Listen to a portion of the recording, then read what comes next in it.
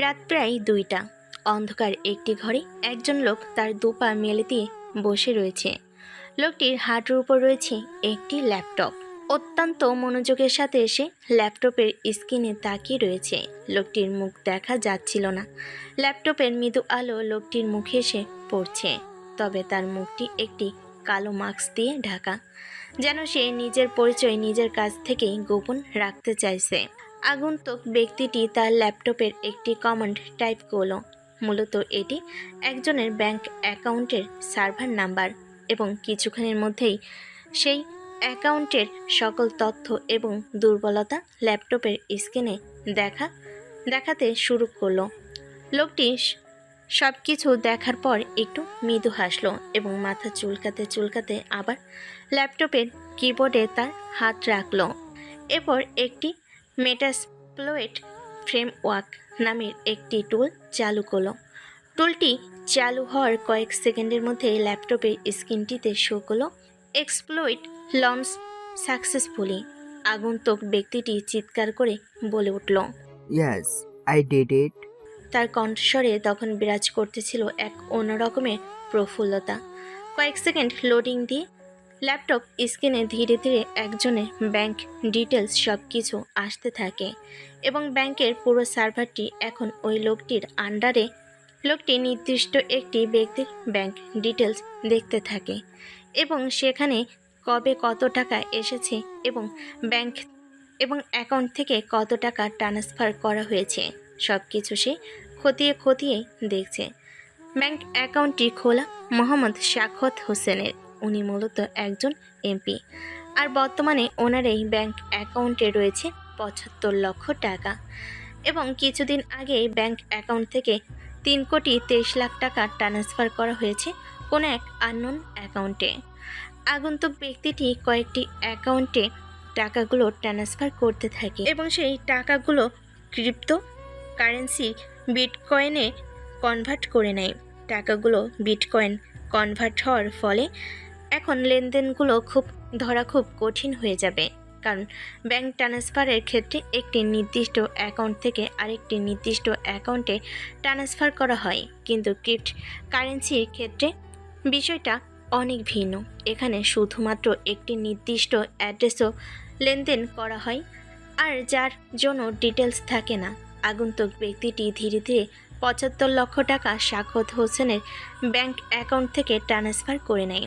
টাকাগুলো ট্রান্সফার করা শেষে আগন্তুক লোকটি তার চালু করা মেটাস্প্লয়েট ফ্রেমওয়ার্ক অফ করে দেয়।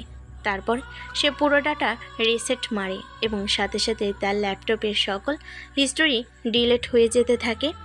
আগন্তুক ব্যক্তিটি ল্যাপটপটি শাটডাউন করে ফেলে। এরপর সে বলতে থাকে, Welcome everyone in the dark world and Mafia City. খেলা শুরু হয়ে গেছে। রাত ৩টা। ঘুমন্ত শাকত হোসেনের ঘুম ভাঙে ফোনে নোটিফিকেশন আসার সাউন্ডে। ঘুমো ঘুমো চোখে একরাশ বিরক্তি নিয়ে শাকত হোসেন তার মোবাইলটি হাতে নেয় এবং সেখানে দেখতে পায় তার অ্যাকাউন্ট থেকে ৩বারে মোট ৭৪,৯৫,০০০ টাকা ট্রান্সফার করা হয়েছে। শাকত হোসেনের মেসেজটি দেখে ঘামতে থাকে এবং ধীরে ধীরে কয়েকটি ঢোক গেলে পাশে থাকা ওনার স্ত্রীর ঘুম ভেঙে যায়। স্বামীকে চিন্তিত দেখে রেহেনা জিজ্ঞেস করে, কি হয়েছে তোমার? তুমি এত চিন্তিত কেন? আমার ব্যাংক অ্যাকাউন্ট থেকে ৭৫ লক্ষ টাকা ট্রান্সফার হয়ে গেছে। বলো কি? হ্যাঁ, এটাই হয়েছে। শাকত হোসেন ব্যাংকের ম্যানেজারকে ফোন করে। হ্যালো, হ্যালো, এত রাতে ফোন করলেন যে স্যার? আমার অ্যাকাউন্ট থেকে ৭৫ লক্ষ টাকা ট্রান্সফার করা হয়েছে। এটা আমি করিনি। বলেন কি? এটা কিভাবে হলো? দাঁড়ান, আমি একটু দেখছি। এই বলে ম্যানেজার তার ডেস্কটপ ওপেন করে ব্যাংকের সব কিছু দেখাতে ছিল, কিন্তু মজার বিষয় হলো সে শাকত হোসেনের ব্যাংক থেকে যে ৭৫ লাখ টাকা ট্রান্সফার হয়েছে এতটুকু দেখতে পারছে, কিন্তু কোন অ্যাকাউন্টে ট্রান্সফার করা হয়েছে তা সে দেখতে পারছে না। সব ডিটেলস মুছে দেওয়া হয়েছে। ব্যাংক ম্যানেজারের চোখ বড় বড় হয়ে যায়। কম্পিউটার স্ক্রিনের দিকে তাকিয়ে রয়েছে, তার চোখে মুখে চিন্তার ছাপ। সে ধীরে ধীরে বলে উঠল, তবে কি টাকাটা কেউ কোনো বিশেষ পদ্ধতিতে ট্রান্সফার করেছে? অর্থাৎ কেউ কি হ্যাকিংয়ের সাহায্যে এমনটা করেছে? পরের দিন সকালে একটি ছেলে রিক্সা থেকে নামে ভার্সিটির গেট দিয়ে ভিতরে প্রবেশ করছে। তার পোশাক আশাক দেখে এতটুকু আন্দাজ করা যায় সে মধ্যবিত্ত পরিবারের ছেলে। তার কাঁধে একটি ব্যাগ ঝুলছে। ধীর পায়ে ছেলেটি ঢাকা বিশ্ববিদ্যালয়ের ভিতরে প্রবেশ করছে। ভিতরে আসার পর সে দাঁড়িয়ে যায়, পুরো ক্যাম্পাসটা খুব ভালো করে দেখতে থাকে। পরিশেষে একটি মুচকি হাসি পরিলক্ষিত হয় তার মুখে। আরও খানিকটা দূরে যাওয়ার পর সে দেখতে পারে দুটো ক্যাম্পাস জুড়ে ছড়িয়ে ছিটিয়ে রয়েছে ছেলে মেয়েদের কিছু ছোট ছোট গ্যাং বা তাদের সার্কেল। ছেলেটির নাম হলো তন্ময়। প্রত্যয় গ্রাম থেকে এসেছে পড়াশোনা করতে। ফ্যামিলির বিষয়ে খুব একটা জানা নেই। ছেলেটাকে প্রথম দেখাই কিছুটা অন্যরকম লাগছে, অর্থাৎ একেবারে সহজ সরল ব্যক্তিত্বের মনে হচ্ছে। তন্ময় কিছুটা দূরে যেতেই দেখতে পারে একদল ছেলে একটি ছেলেকে ঘিরে রেখেছে। দেখে বোঝা যাচ্ছে যে সেখানে হয়তো র্যাগিং করা হচ্ছে। তন্ময় পাশ কাটিয়ে চলে যাবে, এমন সময় সে গ্রুপ থেকে তার ডাক পড়ে। তন্ময় কোনো কথা না বলে তাদের কাছে এগিয়ে যেতে থাকে। এতক্ষণ অন্য একটা ছেলেকে তারা ঘিরে রেখেছিল, এবার তারা তন্ময়কে ঘিরে রেখেছে। নাম কি? তন্ময়। আজকে কি নতুন? হ্যাঁ, আমি আজকেই প্রথম এসেছি।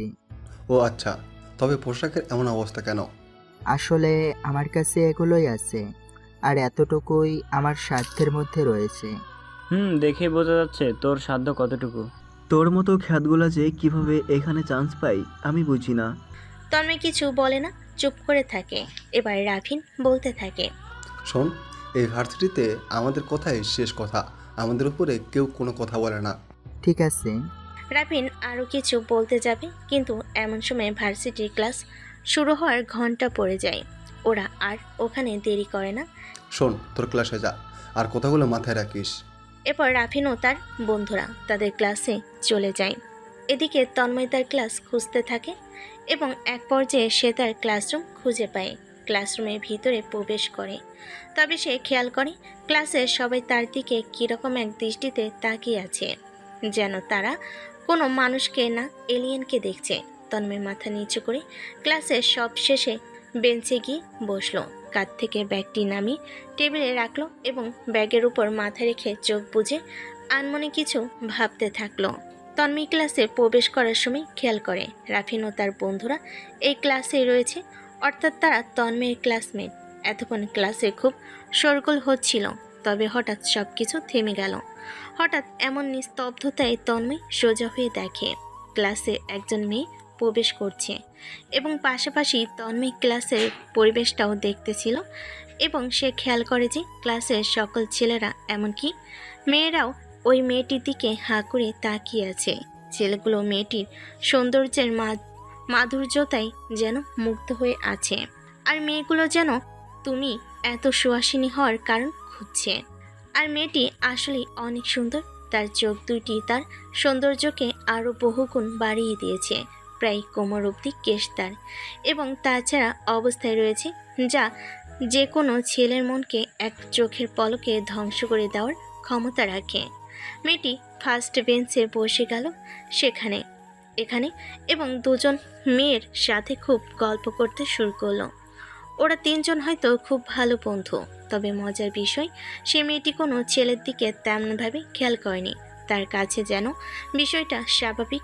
আর এদিকে তন্ময় একবার তার দিকে দেখার পর আবার আগের মতো নিজের মাথা ব্যাগে রেখে চোখ বন্ধ করে গভীর ভাবনায় মগ্ন হয়ে যায়। চলুন মেয়েটির সাথে আপনাদের একটি পরিচয় করিয়ে দিই। আসলে মেয়েটির নাম হলো তিশা। বাংলাদেশে টপে থাকা বিজনেসম্যান আশরাফ চৌধুরীর মেয়ে সে। বাবা মার একমাত্র সন্তান হলো তিশা। ছোটবেলা থেকেই বাবার খুব আদরে সে, এবং সে ক্লাস টপারও।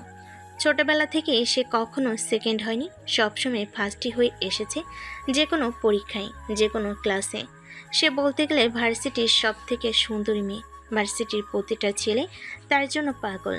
আর একটা মজার বিষয় হলো রাফিন তিশাকে পছন্দ করে, কিন্তু যতবারই সে তিশাকে তার মনের কথা বলতে গেছে ততবারই তিশা তাকে রিজেক্ট করে দিয়েছে। বেচারা তবু হাল ছাড়েনি। কিছুক্ষণের মধ্যে ক্লাসে স্যার প্রবেশ করে। আরেকটা কথা, এই ক্লাসটা হলো সিএইচ ডিপার্টমেন্টের, আর্থিক কম্পিউটার সায়েন্স অ্যান্ড ইঞ্জিনিয়ারিং বিভাগে।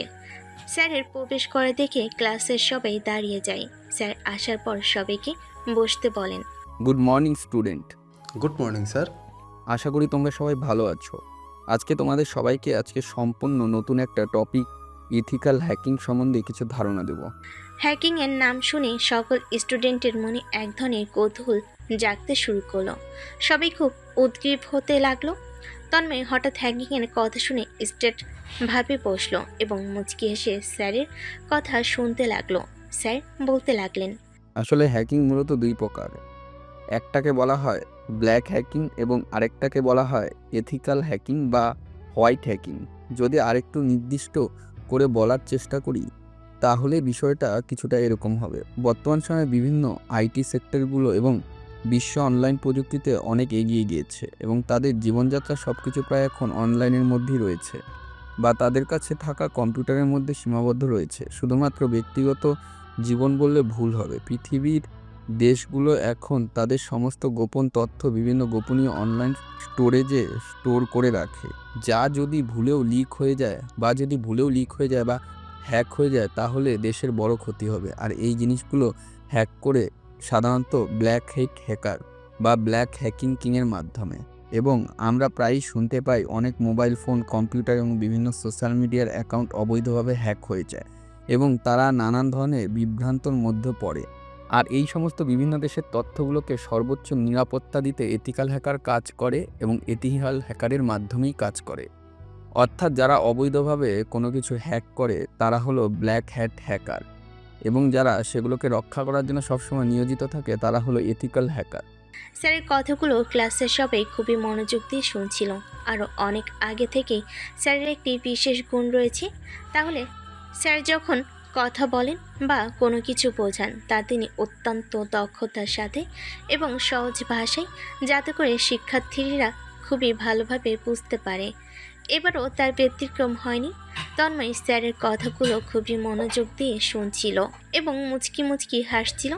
এভাবে স্যার তার ক্লাস পরিচালনা করতে থাকে এবং এক পর্যায়ে স্যার তার ক্লাস শেষ করে বেরিয়ে যান। ক্লাস শেষে সকল শিক্ষার্থী ইউনিভার্সিটির বিশাল ক্যাম্পাসে গিয়ে বসতে থাকে এবং একে অপরের সঙ্গে আড্ডা দিতে থাকে।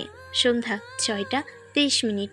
হঠাৎ একটি ছোটোখাটো ফুচকার স্টলের সামনে এসে একটি গাড়ি থামে। সেখান থেকে 3 জন মেয়ে হলো দিশা এবং তার 2 জন বান্ধবী। তার 2 জন বান্ধবীর নাম হলো রিয়া এবং দিশা।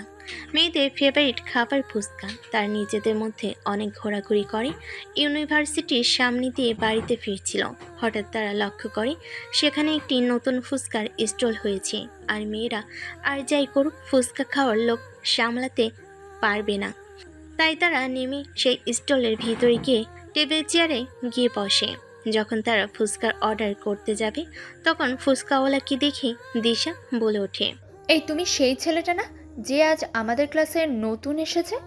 হ্যাঁ, আমি সেই। আসলে ফুচকার দোকানটি হলো তন্ময়ের। তুমি ফুচকা বিক্রি করো? হ্যাঁ, এভাবেই নিজের পড়াশোনা এবং নিজের খরচ চালাই। আমার ভাবতেই কেমন লাগছে, একজন ফুচকাওয়ালার সাথে আমরা আজ ক্লাস করেছি। রিয়া এবং দিশা তন্ময়কে নানাভাবে বিদ্রুপ করতে শুরু করলো। তন্ময় তাদের কথার কোনো উত্তর না দিয়ে চুপচাপ তাদের কথা শুনে যাচ্ছিল। দাঁড়িয়ে আছিস কেন? যা 3 প্লেট ফুচকা নিয়ে আয়। ওকে ম্যাম, যাচ্ছি। হ্যাঁ যা, ভালো করে বানাস। তন্ময় আর ওখানে দাঁড়ায় না, তাদের অর্ডারগুলো আনতে চলে যায়। দিশা এবং রিয়ার মধ্যে কথোপকথন চলছে।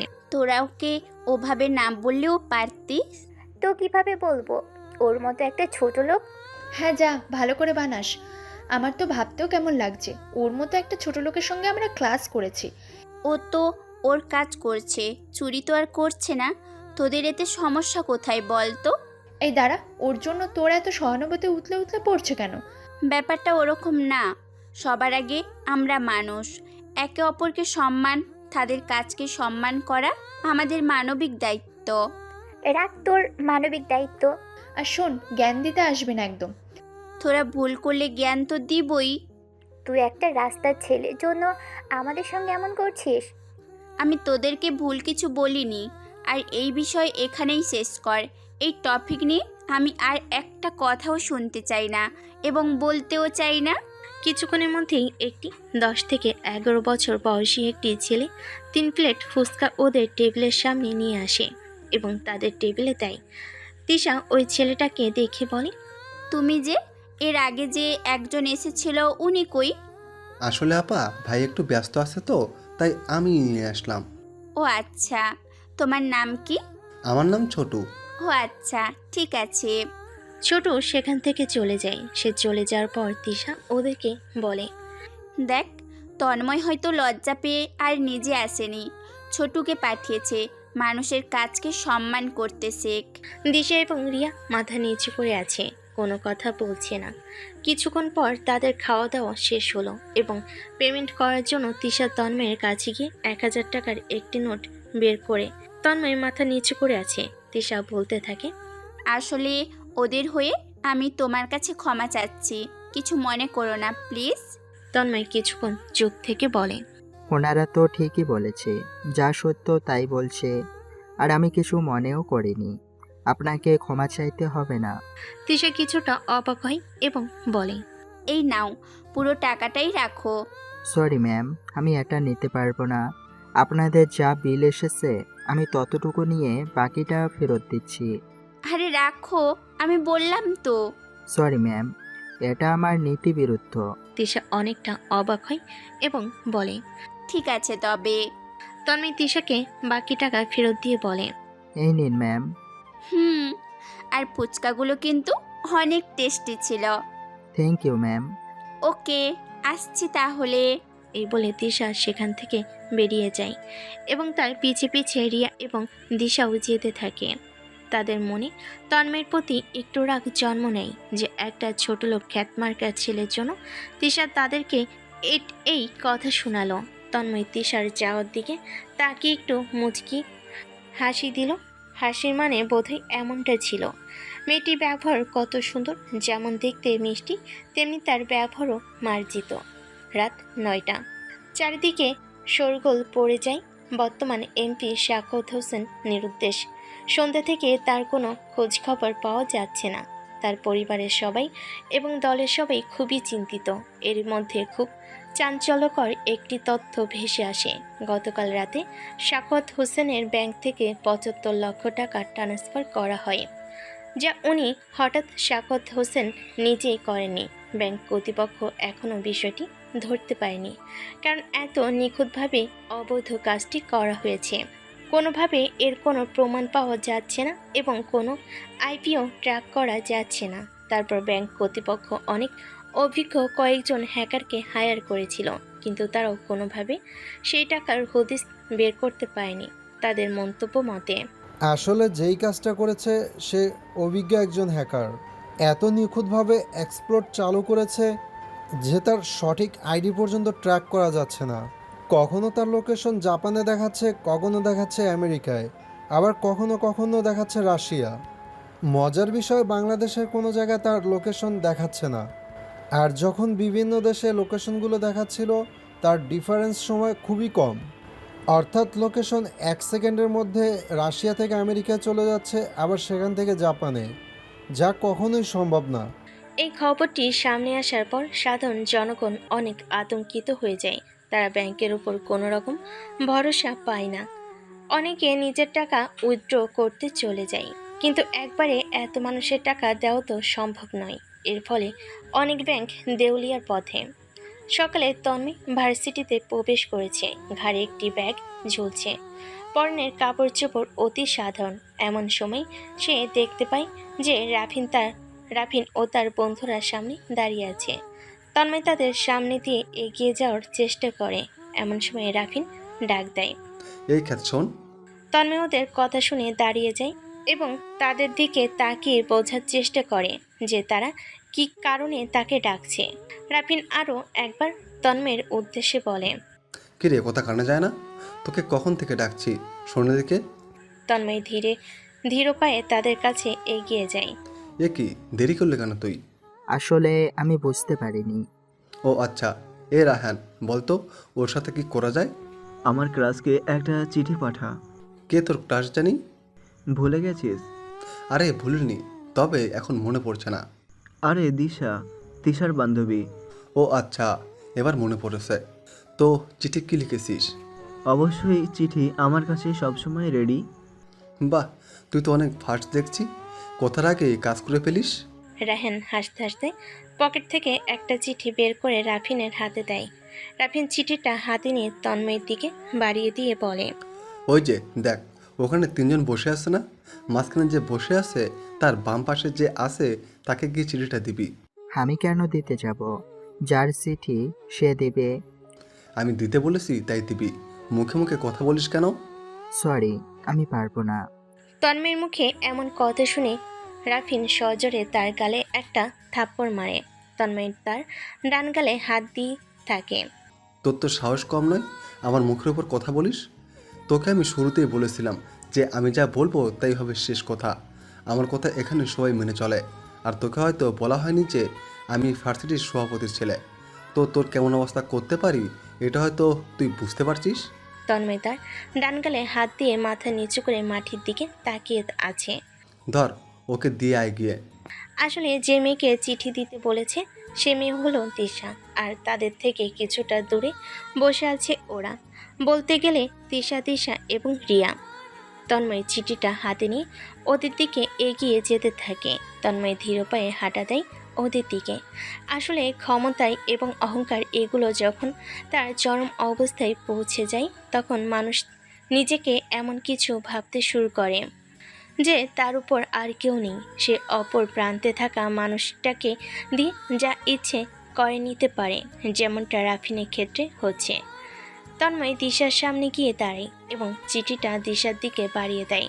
দিশা, তিশা এবং রিয়া ওর এমন কাণ্ড দেখে হতবাক হয়ে যায়। দিশা চোখ বড় বড় করে তন্ময়ের দিকে তাকিয়ে থাকে। অতঃপর দিশা তন্ময়ের থেকে চিঠিটা নেয়। তন্ময় বলে, এই চিঠিটা আপনাকে ওরা দিতে বলেছে। তন্ময় হাত দিয়ে পিছনে দেখিয়ে বলে, কিন্তু সেখানে ততক্ষণে কেউ ছিল না, অর্থাৎ রাফিন ও তার বন্ধুরা সেখান থেকে চলে গিয়েছে। দিশা চিঠিটা খোলে এবং দেখতে পায়, আমি তোমাকে ভালোবাসি, তুমি অনেক সুন্দর দেখতে। এমন লেখা দেখে দিশার মাথা পুরো গরম হয়ে যায়। তন্ময়ের গালে সজোরে ও একটি থাপ্পড় মারে। তন্ময় এবার বাম গালে হাত দিয়ে দাঁড়িয়ে থাকে। তো সাহস কি করে হয় আমায় এগুলো কথা বলার? ছোট লোক খ্যাত ফকিরনি। তন্ময় বারবার বোঝানোর চেষ্টা করছে যে সে এমনটা করেনি এবং পিছনে আঙ্গুল তুলে বলছে যে ওরা এইটা আপনাকে দিতে বলেছিল, কিন্তু পেছনে তখন কেউ ছিল না। তোর মতো ছোট লোকরা আমার পায়েরও যোগ্য নয়। তোরা এক একটা ধান্দাবাজ। তুই জানিস আমার একদিনের খরচ তোর 1 বছরের উপার্জন। এই, তোর সাহস হয় কিভাবে দিশাকে প্রপোজ করার?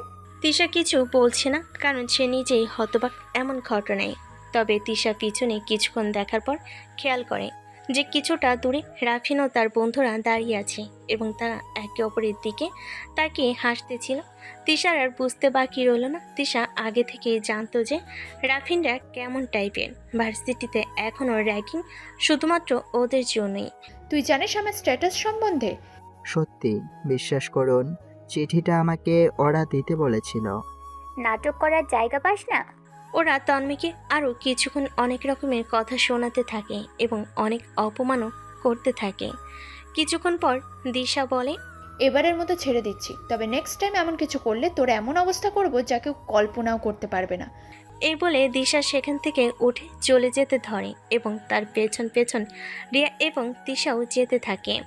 তন্ময় বাম গালে হাত দিয়ে তাদের চলে যাওয়া দেখতে থাকে। সে পেছনে তাকায় এবং কিছুক্ষণ ভালো মতো দেখার পর দেখতে পায় যে তার থেকে অনেকটা দূরে রাফিন ও তার বন্ধুরা দাঁড়িয়ে আছে এবং তন্ময়ের দিকে তাকিয়ে অট্ট হাসিতে মেতেছে। তন্ময়ের আর বুঝতে বাকি রইল না তন্ময় কি ছোট করার জন্য, অপমানিত করার জন্য এমনটা করেছে ওরা। তন্ময় আকাশের দিকে তাকালো, তারপর সে একটু মুচকি হাসি দিয়ে দীর্ঘশ্বাস নিয়ে তার ক্লাসের দিকে রওনা দিল। স্যার ক্লাসে প্রবেশ করলেন। ক্লাসে সবাই ওনাকে সম্মান দিলেন। স্যার বলতে লাগলেন, মনে আছে তোমাদের আমি কালকে সম্বন্ধে ধারণা দিয়েছিলাম? হ্যাঁ স্যার। তার আগেই আমাদের এমপি সাহেবের অ্যাকাউন্ট থেকে ৭৫ লক্ষ টাকা হ্যাক হয়ে গিয়েছে। ক্লাসে সবাই চোখ বড় বড় করে স্যারের কথা শুনছে। হ্যাঁ, আর হ্যাকিংটা করেছে একজন ব্ল্যাক হ্যাট হ্যাকার বা ব্ল্যাক হ্যাকার, যেহেতু সে অবৈধ উপায়ে কাজটি করেছে বা অবৈধভাবে টাকাটি ট্রান্সফার করেছে, সেহেতু সে একজন ব্ল্যাক হ্যাকার। আমাদের দেশে অনেক অভিজ্ঞতা এবং ফেমাস হ্যাকার বলেছেন যে এই কাজটি করেছে সে অনেক অভিজ্ঞ এবং ধূর্ত। এমনভাবে কাজটি করেছে যে তার আইপি পর্যন্ত কেউ ট্র্যাক করতে পারছে না। দেশে সবাই এখন একটু আতঙ্কে রয়েছে তাদের ব্যাংকে রাখা টাকা নিয়ে। এমন সময় তিশা বলে ওঠে, স্যার, তাহলে আমাদের প্রশাসনেরা কি করছে? আমাদের দেশের একজন সরকারি লোক, তার সাথেই যদি এমন হয় তাহলে সাধারণ মানুষের কি হবে? তারা তো আতঙ্কিত হবেই, তাই না? তোমার কথা যথেষ্ট যুক্তিসম্পন্ন তিশা, তবে ওই হ্যাকারের কাজকর্ম আমাদের দেশীয় যত অভিজ্ঞতা এবং এক্সপার্ট হ্যাকাররা রয়েছে তারা সহজেই ধরতে পারবে না। ও কি এতটাই অপ্রতিরোধ্য? আমি এখন অবধি যতটুকু শুনেছি দেখেছি সেই অনুযায়ী সে আমাদের দেশীয় হ্যাকারকে অনেক অংশেই ছাড়িয়ে গেছে। সে ব্যাংক অ্যাকাউন্ট হ্যাক করতে যতগুলো হ্যাকিং সিস্টেম ইউজ করেছে সে সব কিছু আমাদের হ্যাকাররা এখনও শিখেই উঠতে পারেনি। ও আচ্ছা, এই ব্যাপার। স্যারের এবং তিশার মধ্যে কথোপকথন হচ্ছে। ক্লাসের সবাই খুব মনোযোগ দিয়ে শুনছে। তন্ময় একটু বেশি মনোযোগী। আসলে যখনই কোনো হ্যাকিং সিস্টেম বা হ্যাকিংয়ের বিষয় নিয়ে কোনো কথা হয় তখন এই ছেলেটা যেন নিজের সমস্ত মনোযোগ একটি বিন্দুতে মিলিত করে সে বিষয়টি বোঝার চেষ্টা করছে। তো চলো আমরা ক্লাসের টপিকে ফিরে আসি। আমাদের যেহেতু নতুন সিরিজ শুরু হচ্ছে এথিক্যাল হ্যাকিং নিয়ে, আজকে আমি তোমাদের বিষয়টা বোঝাবো যে কিভাবে তোমরা হ্যাকিংয়ের শেখার যাত্রাটা শুরু করবে বা এই জিনিসটা নিজের আয়ত্তে আনতে গেলে তোমাদের কি কি শিখতে লাগবে। Okay sir. স্যার একটু চুপ থেকে বলা শুরু করলো। হ্যাকিং শিখতে হলে তোমাদের আগে কম্পিউটার সিস্টেম কীভাবে কাজ করে তা আয়ত্ত করা প্রয়োজন। কল্পনা করো এমন একজন লোক যিনি একটি গাড়ি সম্পর্কে সব কিছু জানেন। তিনি জানেন ইঞ্জিন কিভাবে তৈরি হয় এবং কাজ কিভাবে করে। তিনি জানেন ট্রান্সফরমেশনগুলো, তিনি জানেন সাসপেনশন সিস্টেমগুলো, তিনি জানেন কেন গাড়ির প্রতিটি স্ক্রু এত গুরুত্বপূর্ণ এবং এটি পরিবর্তন করলে গাড়ির কী ক্ষতি হতে পারে। এখন যদি তিনি চেষ্টা করেন তবে তিনি অ্যালার্ম ট্রিগার না করেই দরজা খুলতে পারেন, এতে কোনো সন্দেহ নেই। তিনি গাড়িটি গরম করতে পারেন, এর ইঞ্জিনের কর্মক্ষমতাও পরিবর্তন করতে পারেন, প্রায় যে কোনো কিছু পরিবর্তন করতে পারেন, এমনকি এর প্রতিটি সুরক্ষার বৈশিষ্ট্যগুলো সারিয়ে ফেলতে পারেন। একজন হ্যাকার হওয়া সহানুভূতিটা এমনই। একজন হ্যাকার সিস্টেম সম্পর্কে এত ভালো করে জানে এবং জ্ঞানী যে সে তার প্রয়োজন অনুযায়ী সিস্টেমের যে কোনো দিকে পরিবর্তন করতে পারে। এটি কেবল নিরাপত্তার বাইরে যাওয়া নয়, বরং জিনিসপত্র পরিবর্তন করা, নতুন জিনিস তৈরি করা, এমনকি নতুন প্রযুক্তি উদ্ভাবন করা। এর সব কিছুই নির্ভর করে তুমি সিস্টেমটা কতটা ভালোভাবে বোঝো এবং তার উপর। একজন ভালো হ্যাকার হতে হলে তোমাকে কম্পিউটার কিভাবে কাজ করে তা শেখা শুরু করতে হবে। কোনো সিস্টেমকে হ্যাক করার চেয়ে সবার আগে তোমাদের বেসিক প্রোগ্রামিং এবং স্ক্রিপ্টিং দিয়ে শুরু করতে হবে।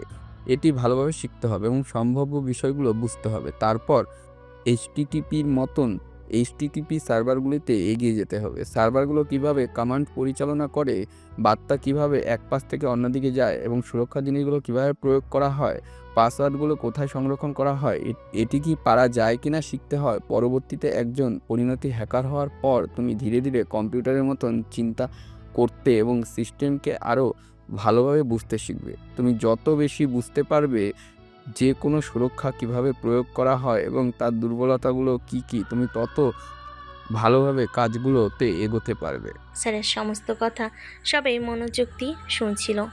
আসলে মানুষটা পড়ানোর দিক দিয়ে এতটা পারদর্শী যা এই গুণটা তার মধ্যে এত ভালোভাবে আছে যে তিনি যদি একটি নর্মাল কথা বলেন তাও সেই কথাটি সবাই খুব মনোযোগ দিয়ে শোনে। এরপর তিনি আরও অনেকভাবে পুরো বিষয়টি বোঝানোর চেষ্টা করে সকলকে এবং কিছুক্ষণের মধ্যেই তার ক্লাস শেষের ঘন্টা পড়ে এবং তিনি ক্লাস থেকে বেরিয়ে যান। রীতিমতো সবাই ক্লাস থেকে বেরিয়ে যায় তারপরে এবং ক্যাম্পাসে গিয়ে আড্ডা দিতে থাকে। তন্ময় ক্যাম্পাসে গিয়ে একটি ফাঁকা জায়গায় বসে আছে।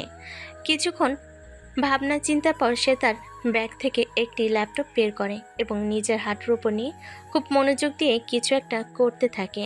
আসলে শুধু তন্ময় বলে ভুল হবে, কারণ তন্ময় বা যারা এই সিএসসিতে পড়াশোনা করছে তাদের সবার একটি করে ল্যাপটপ রয়েছে বা থাকা ম্যান্ডেটরি। কারণ এই সেক্টরটাই কম্পিউটারের উপর। এখানে যে যত সিস্টেমকে ভালোভাবে বুঝতে শিখবে, জানতে শিখবে, এক্সপ্লোর করতে শিখবে, সে ততই এগিয়ে যাবে। ক্যাম্পাসে বসে প্রায় সবাই তাদের ল্যাপটপ নিয়ে ঘাটাঘাটি করতে থাকে। সবাই অনেকে একে অপরের সঙ্গে আড্ডা দিতে থাকে। এমন সময় সবার ল্যাপটপ স্ক্রিনে একটি লেখা ভেসে ওঠে। দু একজনের না, সবার ল্যাপটপ স্ক্রিনে এই লেখাটা দেখতে থাকে। শুধু যে ভার্সিটির সবাই ল্যাপটপে এমনটা নয়, বাংলাদেশের সমস্ত ল্যাপটপ, কম্পিউটার এবং টিভি চ্যানেলগুলোতেও প্রথমত সব কিছু ব্ল্যাক হয়ে যায়।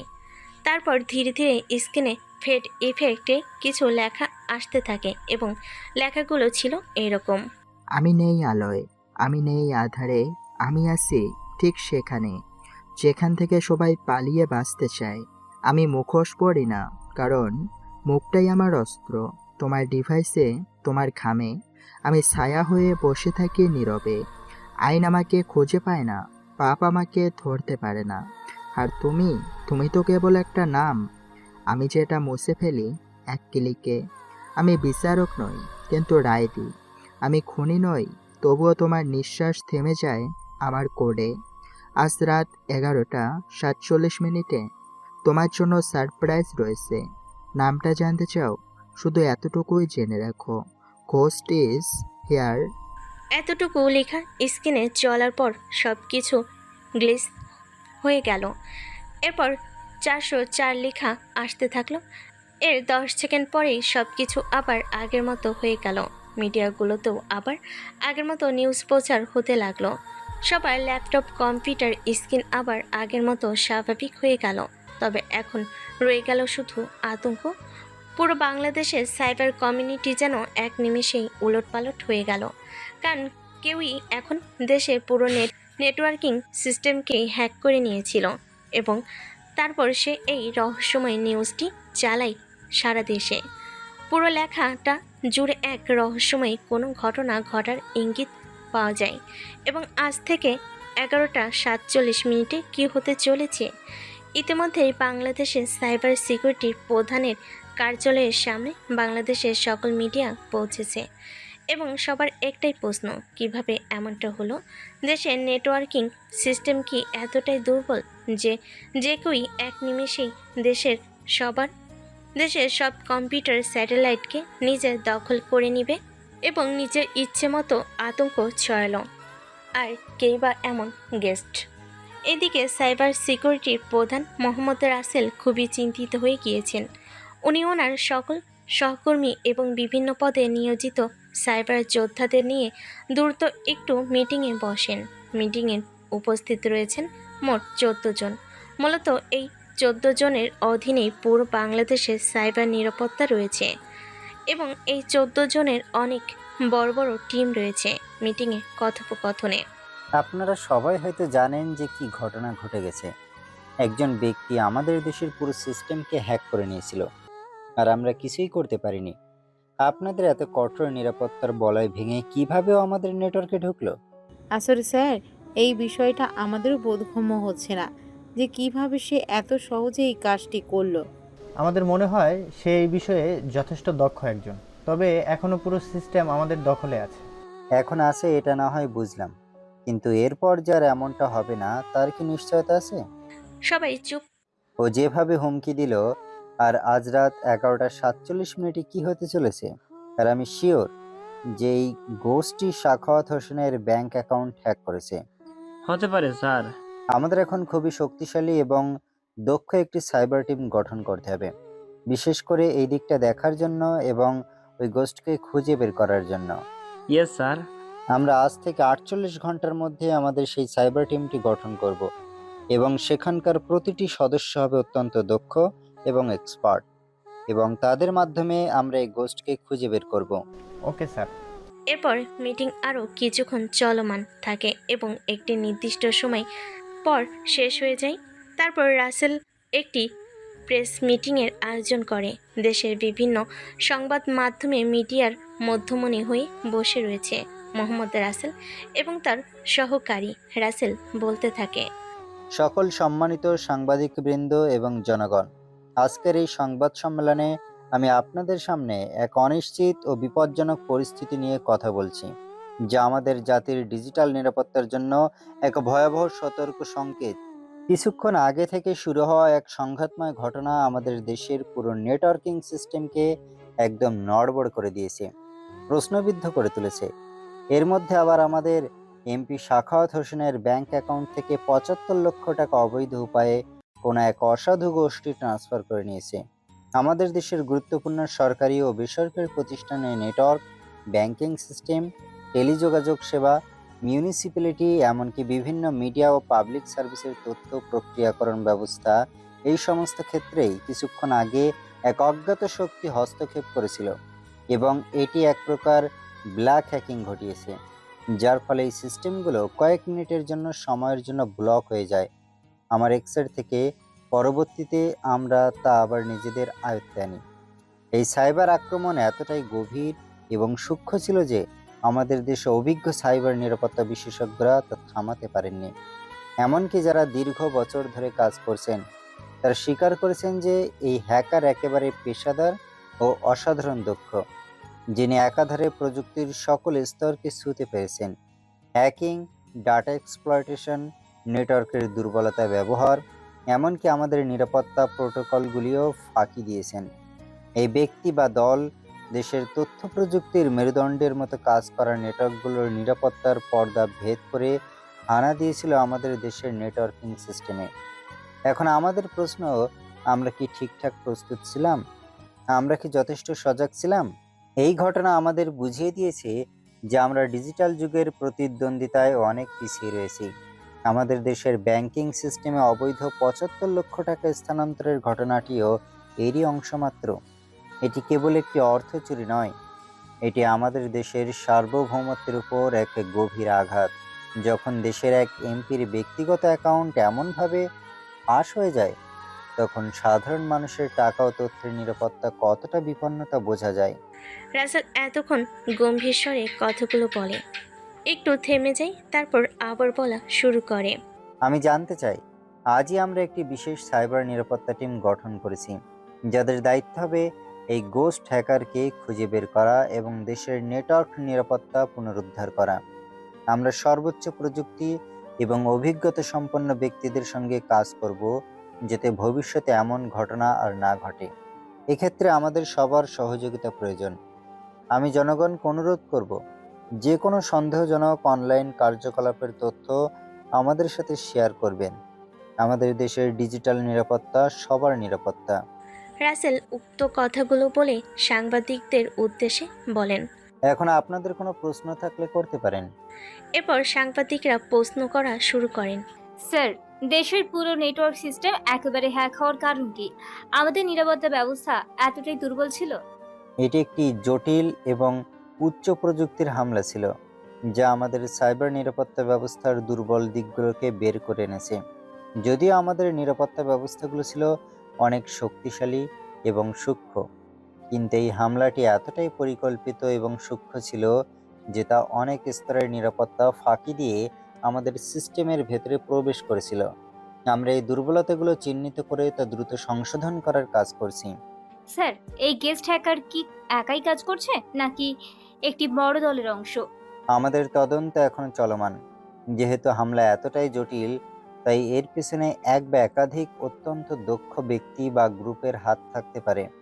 আমরা সাইবার গোয়েন্দা দল গঠন করে কাজ শুরু করব এবং খুব শীঘ্রই এর বিস্তারিত তথ্য প্রকাশ করা হবে। আমরা সাইবার নিরাপত্তা বাড়ানোর জন্য আরও কঠোরভাবে জোর দিচ্ছি। একই সঙ্গে আমরা সাধারণ মানুষকে সচেতন করার জন্য বিভিন্ন প্রশিক্ষণ ও কর্মশালা চালু করব, যাতে তারা ফিশিং, ম্যালওয়্যার এবং অন্যান্য সাইবার ঝুঁকিগুলো সম্পর্কে সচেতন হয়। স্যার, এই গোস্টকে ধরতে কত সময় লাগবে বলে আপনি আশা করেন? আমরা ইতিমধ্যেই অত্যন্ত দক্ষ এক বিশেষ সাইবার টিম গঠন করার উদ্যোগ নিয়েছি এবং খুব শীঘ্রই আমরা তাদের নিয়োগ দেব। তারা 48 ঘন্টার মধ্যে কার্যকর অগ্রগতি দেখাবে বলে আমি আশা করছি। তবে এই ধরনের হামলা তদন্ত এবং প্রতিরোধের সময় লাগে, তাই আমাদের ধৈর্য ধরতে হবে। স্যার, এই গোস্ট হ্যাকার কি দেশের কোনো অভ্যন্তরীণ ব্যক্তিরই কাজ হতে পারে? আমাদের তদন্ত চলছে, তাই এ বিষয়ে নিশ্চিতভাবে কিছু বলা যাচ্ছে না। তবে যে কোনো সম্ভাবনা খতিয়ে দেখা হচ্ছে। অভ্যন্তরীণ কিংবা বহিরাগত। আমরা কোনোভাবেই নিরাপত্তা ব্যবস্থার ফাঁক ফোকরে কাউকে মাফ করব না। স্যার, যখন গোটা সিস্টেম হ্যাক হয়েছিল এবং সকল টিভি চ্যানেল এবং সব রকমের ল্যাপটপ কম্পিউটার একটি লাইন দেখাচ্ছিল যে আগে 11:47 কিছু একটা হতে চলেছে, এই বিষয় নিয়ে কি কোনো চিন্তা ভাবনা আপনারা করেছেন? আসলে এই সময়টাতে কিছু একটা হতেও পারে এবং আমরা যথেষ্ট রকম চেষ্টা করতেছি এবং চেষ্টা করব কোনো অনাকাঙ্ক্ষিত ঘটনা হওয়া থেকে আটকাতে। আবার এমনটাও হতে পারে যে সারা দেশে জনগণের মাঝে আতঙ্ক ছড়ানোর জন্য এমনটা করা হয়েছে। আসলে এসব গোষ্ঠীর কাজে এরকম একটি দেশের মধ্যে দেশের জনগণের মধ্যে বিভ্রান্তি সৃষ্টি করা এবং তাদেরকে আতঙ্কে রাখা। আশা করতেছি আমরা সব ধরনের সমস্যার সম্মুখীন খুব ভালোভাবে করবে এবং গোস্ট নামের অস্তিত্বকে খুব শীঘ্রই আইনের আওতায় আনব। তো আজকের জন্য এতটুকুই, এবং এখন আমাকে অনেক কাজ করতে হবে এবং অনেক কিছু দেখতে হবে। তো ভালো থাকবেন আপনারা সবাই। প্রেস মিটিং সেখানে সমাপ্ত হয়ে যায় এবং আজকের করা সমস্ত প্রশ্নের উত্তর এবং রাসেলের এবং ওর টিমের কিছু সতর্কবার্তা মিডিয়ার মাধ্যমে সারা দেশের জনগণের কাছে ছড়িয়ে পড়তে থাকে। প্রেস মিটিংয়ের পরপরই অস্থির পরিবেশ, রাসেলের কণ্ঠে দৃঢ়তা কিন্তু ভিতরে এক ধরনের চাপ বিরাজমান, আর গেস্ট যেন ছায়ার মতো ঘুরে বেড়াচ্ছে তার আশেপাশে, তার নেটওয়ার্কের আশেপাশে। প্রেস মিটিং শেষ হতেই বাইরে গুঞ্জন, ক্যামেরার ফ্ল্যাশ আর সাংবাদিকদের চেঁচামেচি মিলেমিশে এক ধরনের অস্থির শব্দ তৈরি করেছে। রাসেল চুপচাপ মাইক্রোফোন থেকে সরে গিয়ে পাশের দরজা দিয়ে বের হয়ে গেল। তার পেছনে পেছনে দুজন সাইবার নিরাপত্তা কর্মকর্তা। স্যার, আমাদের কন্ট্রোল রুমে আবারও অ্যালার্ট গেছে। মনে হচ্ছে গোস্ট এখনও সিস্টেম স্ক্যান করছে। প্রেস মিটিং ওর জন্য সিগন্যাল ছিল থামানোর, কিন্তু ও তো মনে হয় আবার হামলা করবে আমাদের নেটওয়ার্ক সিস্টেম। রাসেল দ্রুত কন্ট্রোল রুমে যায় এবং দেখতে পায় বড় বড় স্ক্রিনে লাল লেখা জ্বলছে। Unauthorised access detected, firewall base will be block. এই লেখাটি দেখে কন্ট্রোলারের উপস্থিত সকলে অনেকটা ভয় পেয়ে যায়। রাসেলের কপাল বেয়ে বিন্দু বিন্দু ঘাম ঝরতে থাকে। সাইবার মন্ত্রণালয়ে কর্মরত সমস্ত সাইবার যোদ্ধারা তাদের কম্পিউটার এবং ল্যাপটপ স্ক্রিনের সামনে বসে এবং অ্যাটাক টিমে থামানোর চেষ্টা করে। সিনিয়র অ্যানালিস্ট আরিশা বলেন, স্যার, ওরা 0 ডে এক্সপ্লোড ব্যবহার করেছে। আমাদের ডাটাবেজের কোনো প্রতিরোধ বর্তমান নেই। ব্যাকডোর দিয়ে ঢুকেছে ওরা আমাদের সফটওয়্যার সিস্টেমে। ওর ওই 0 ডে এক্সপ্লয়েটের প্রতিরোধ তৈরি করতে কতক্ষণ লাগবে? হয়তো 1 ঘন্টার বেশি না। ওকে, ফাস্ট করো। রাসেল উপরোক্ত কথা বলে এবং হঠাৎ করে সাইবার মন্ত্রণালয়ের সকল লাইট, ল্যাপটপ, কম্পিউটার বন্ধ হয়ে যায় এবং তাদের ওখানে যত আইপিএস এবং জেনারেটর সিস্টেম ছিল সমস্ত কিছু কাজ করা বন্ধ হয়ে যায়। তাদের মন্ত্রণালয়ের পুরো সিস্টেমটি কেউ এমনভাবে হ্যাক করেছে, সেখানকার সমস্ত লাইট, বাল্ব, ফ্যান, এমনকি সিসিটিভি পর্যন্ত সেই হ্যাকারের আন্ডারে চলে গেছে। এমন অবস্থা থেকে রাসেল অনেকটা ঘাবড়ে যায় এবং মনে মনে ভাবতে থাকে কিভাবে সম্ভব এগুলো, এবং হঠাৎ করে সেখানকার মেইন স্ক্রিন অর্থাৎ সব থেকে বড় কম্পিউটারে এলইডি স্ক্রিনটি অন হয় এবং সেখানে একটি ভিডিও আসতে থাকে। ভিডিওতে দেখা যাচ্ছে একটি রুম যেটা পুরোটাই একটি লাল আলোতে ভরা এবং সামনে একটি চেয়ার রাখা রয়েছে। কয়েক সেকেন্ড পর একজন হ্যাকার মাস্ক পরিহিত ব্যক্তি রুমটিতে প্রবেশ করে। রাসেল সহ সবে মনোযোগ দিয়ে পুরো ভিডিওটা দেখছে। লোকটি খুব ধীর পায়ে সামনে থাকা চেয়ারে এসে বসলো, তার মাথাটা নিচু করে, এবং কয়েক সেকেন্ড পর সে মাথাটা তুলল এবং স্ক্রিনের দিকে তাকিয়ে তার হাত নাড়তে থাকলো এবং বলতে শুরু করলো, hello mister Russell, how are you? আপনি হয়তো এখন ভাবছেন যে কে আমি, বা কেনই বা আমি আপনাদের পিছনে পড়েছি, বা আপনাদের দেশের এই পুরো সিস্টেমের পেছনে পড়েছি। তো শুনুন, আমি হলাম ঘোস্ট, আর আমি দেশের কোনো ক্ষতি করছি না, আমি দেশকে রক্ষা করছি। কারণ আপনি যেভাবে তিলে তিলে অপরাধ করে চলেছেন, দেশের পুরো সিস্টেমকে বিপদে চালিত করেছেন, তা দেশকে বড় রকম এক হুমকির মুখে ফেলছে। বেশি কিছু বলবো না, আপনার কাউন্টডাউন শুরু হয়ে গেছে। আমি শুধু আপনাকে আমার শক্তির পরিচয় দিলাম। আমি আপনাকে আমার ব্রেনের ক্ষমতা সম্বন্ধে একটা ধারণা দিলাম মাত্র। আপনাদের পুরো কন্ট্রোল রুমের সিস্টেম হ্যাক করা আমার কাছে কোনো বিষয় না। খুব শীঘ্রই দেখা হবে আপনার সঙ্গে, এবং সেটা হয় আপনার শেষ দেখা হবে, আর না হয় আমার। তো চলুন, আপনি আপনার মতো খেলুন আর আমি আমার মতো। তা এখনকার মতো সিস্টেমটিকে আমি ছেড়ে দিচ্ছি। চেষ্টা করুন কত বড় প্রতিষেধক আপনি আনতে পারেন আমার ভাইরাসগুলোর। হঠাৎ করে স্ক্রিনটি অফ হয়ে যায় এবং ধীরে ধীরে কন্ট্রোল রুমের সমস্ত কম্পিউটার, ল্যাপটপ আবার আগের মতো হয়ে যায় এবং যত ডিভাইস ছিল সব কিছু আবার আগের মতো কাজ করতে থাকে। রাসেল সহ তার অ্যাসিস্ট্যান্ট সবাই অবাকে চরম সীমায়। সবার চোখে মুখে বিস্ময়ের ছাপ থাকলেও রাসেলের চোখে মুখে ছিল ভয়ে। বিকেলবেলা দিশা এবং রিয়া একসাথে বসে গল্প করছে। এই চল না ফুচকা খেয়ে আসি। অর্ডার কর। আরে না, চল নিজেরা গিয়ে খেয়ে আসি। কই থেকে? সেদিন যেখান থেকে খেলাম ওখানেই। কোন জায়গার কথা বলছিস তুই? এ দাঁড়া, তুই কি ওই ছোট লোকটা স্টলের কথা বলছিস? কতবার বলবো তোরে, মানুষকে সম্মান দিতে শেখ। তোরা গেলে যা, আমি যাব না।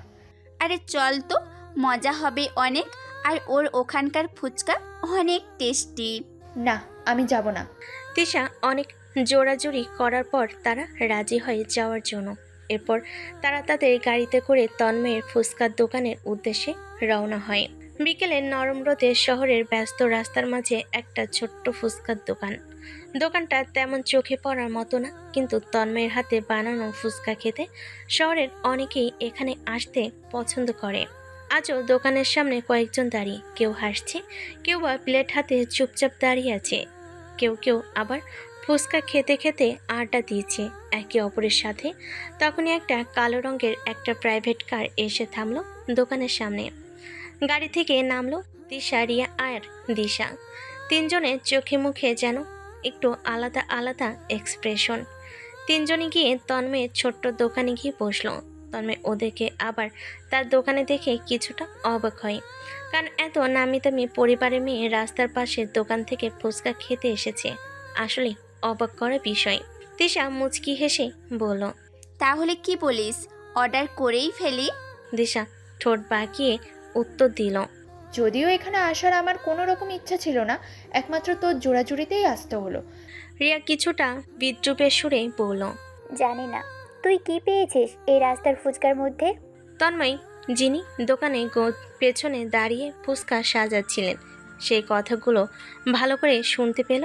কথাগুলো শুনে তার মুখে কোনো প্রতিক্রিয়া আসলো না, বরং 3টি প্লেটে ফুচকা সাজিয়ে তাদের দিকে এগিয়ে যেতে থাকলো। তন্ময়কে আসতে দেখে তিশা বলে, আমরা তো এখনো অর্ডারই করলাম না, এর মধ্যে তুমি নিয়ে চলে এলে? আসলে আপনাদের দোকানের ভেতর আসা দেখে আমি বানানো শুরু করে দিয়েছিলাম, তাই নিয়ে আসলাম। আপনাদের জন্য মশলাটা আজ একটু আলাদা করে দিয়েছি। তিশা হেসে তার প্লেট থেকে ফুচকা তুলে নিল এবং ফুচকা খাওয়ার পর কিছুক্ষণ চুপ থেকে বলা শুরু করলো, ওয়াও, দারুণ হয়েছে, অসাধারণ বানিয়েছো। তিশার কথা শুনে রিয়া এবং দিশাও খেতে শুরু করে এবং যার স্বাদ এতটাই ভালো ছিল যে তারা আর তন্ময়কে কোনো অপমান করার কারণই খুঁজে পাচ্ছিল না, তাই চুপচাপ করে খেতে থাকে। দিশা ভুরু কুঁচকে বলল, ফুচকাগুলো খুব একটা খারাপ না।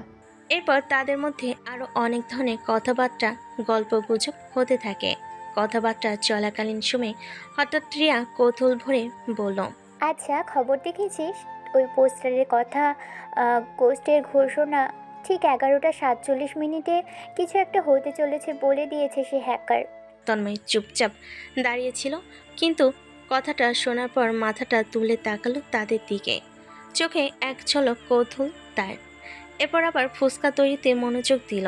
তিশাও কিছুটা বিস্ময় নিয়ে বলল, হ্যাঁ দেখেছি, তবে সাইবার প্রতিমন্ত্রী রাসেল প্রেস মিটিংয়ে কিছুই পরিষ্কার করে বলেনি, শুধু বলেছে আতঙ্ক ছড়ানোর জন্য হতে পারে এমন নেটওয়ার্ক এই টাকিং। দিশা কাঁধ ঝাঁকালো এবং তার ছেলে সুরে বলল, আমার মনে হয় এগুলো সব নাটক, খবরের হেডলাইন বাড়ানোর জন্য বানানো ড্রামা করছে ওরা সবাই।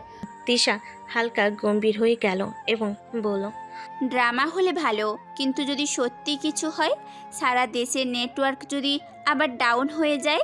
তন্ময় এবার শান্ত গলায় বলল, যেটাই হোক 11:47 সবাই টের পাবে, আর তখন হয়তো হাসি থাকবে না কারো মুখে।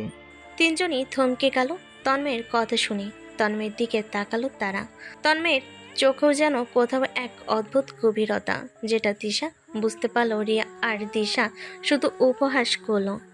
দিশা হেসে বলল, ওহ দেখ, এখন আবার ভবিষ্যৎবাণী করছে ফুচকোওয়ালা। তন্ময় আর কিছু বলল না, শুধু ফুচকার মশলা মিশিয়ে যেতে লাগলো, যেন প্রতিটা শব্দ তার মাথায় গোপনে কোনো মানচিত্র এঁকে দিচ্ছে।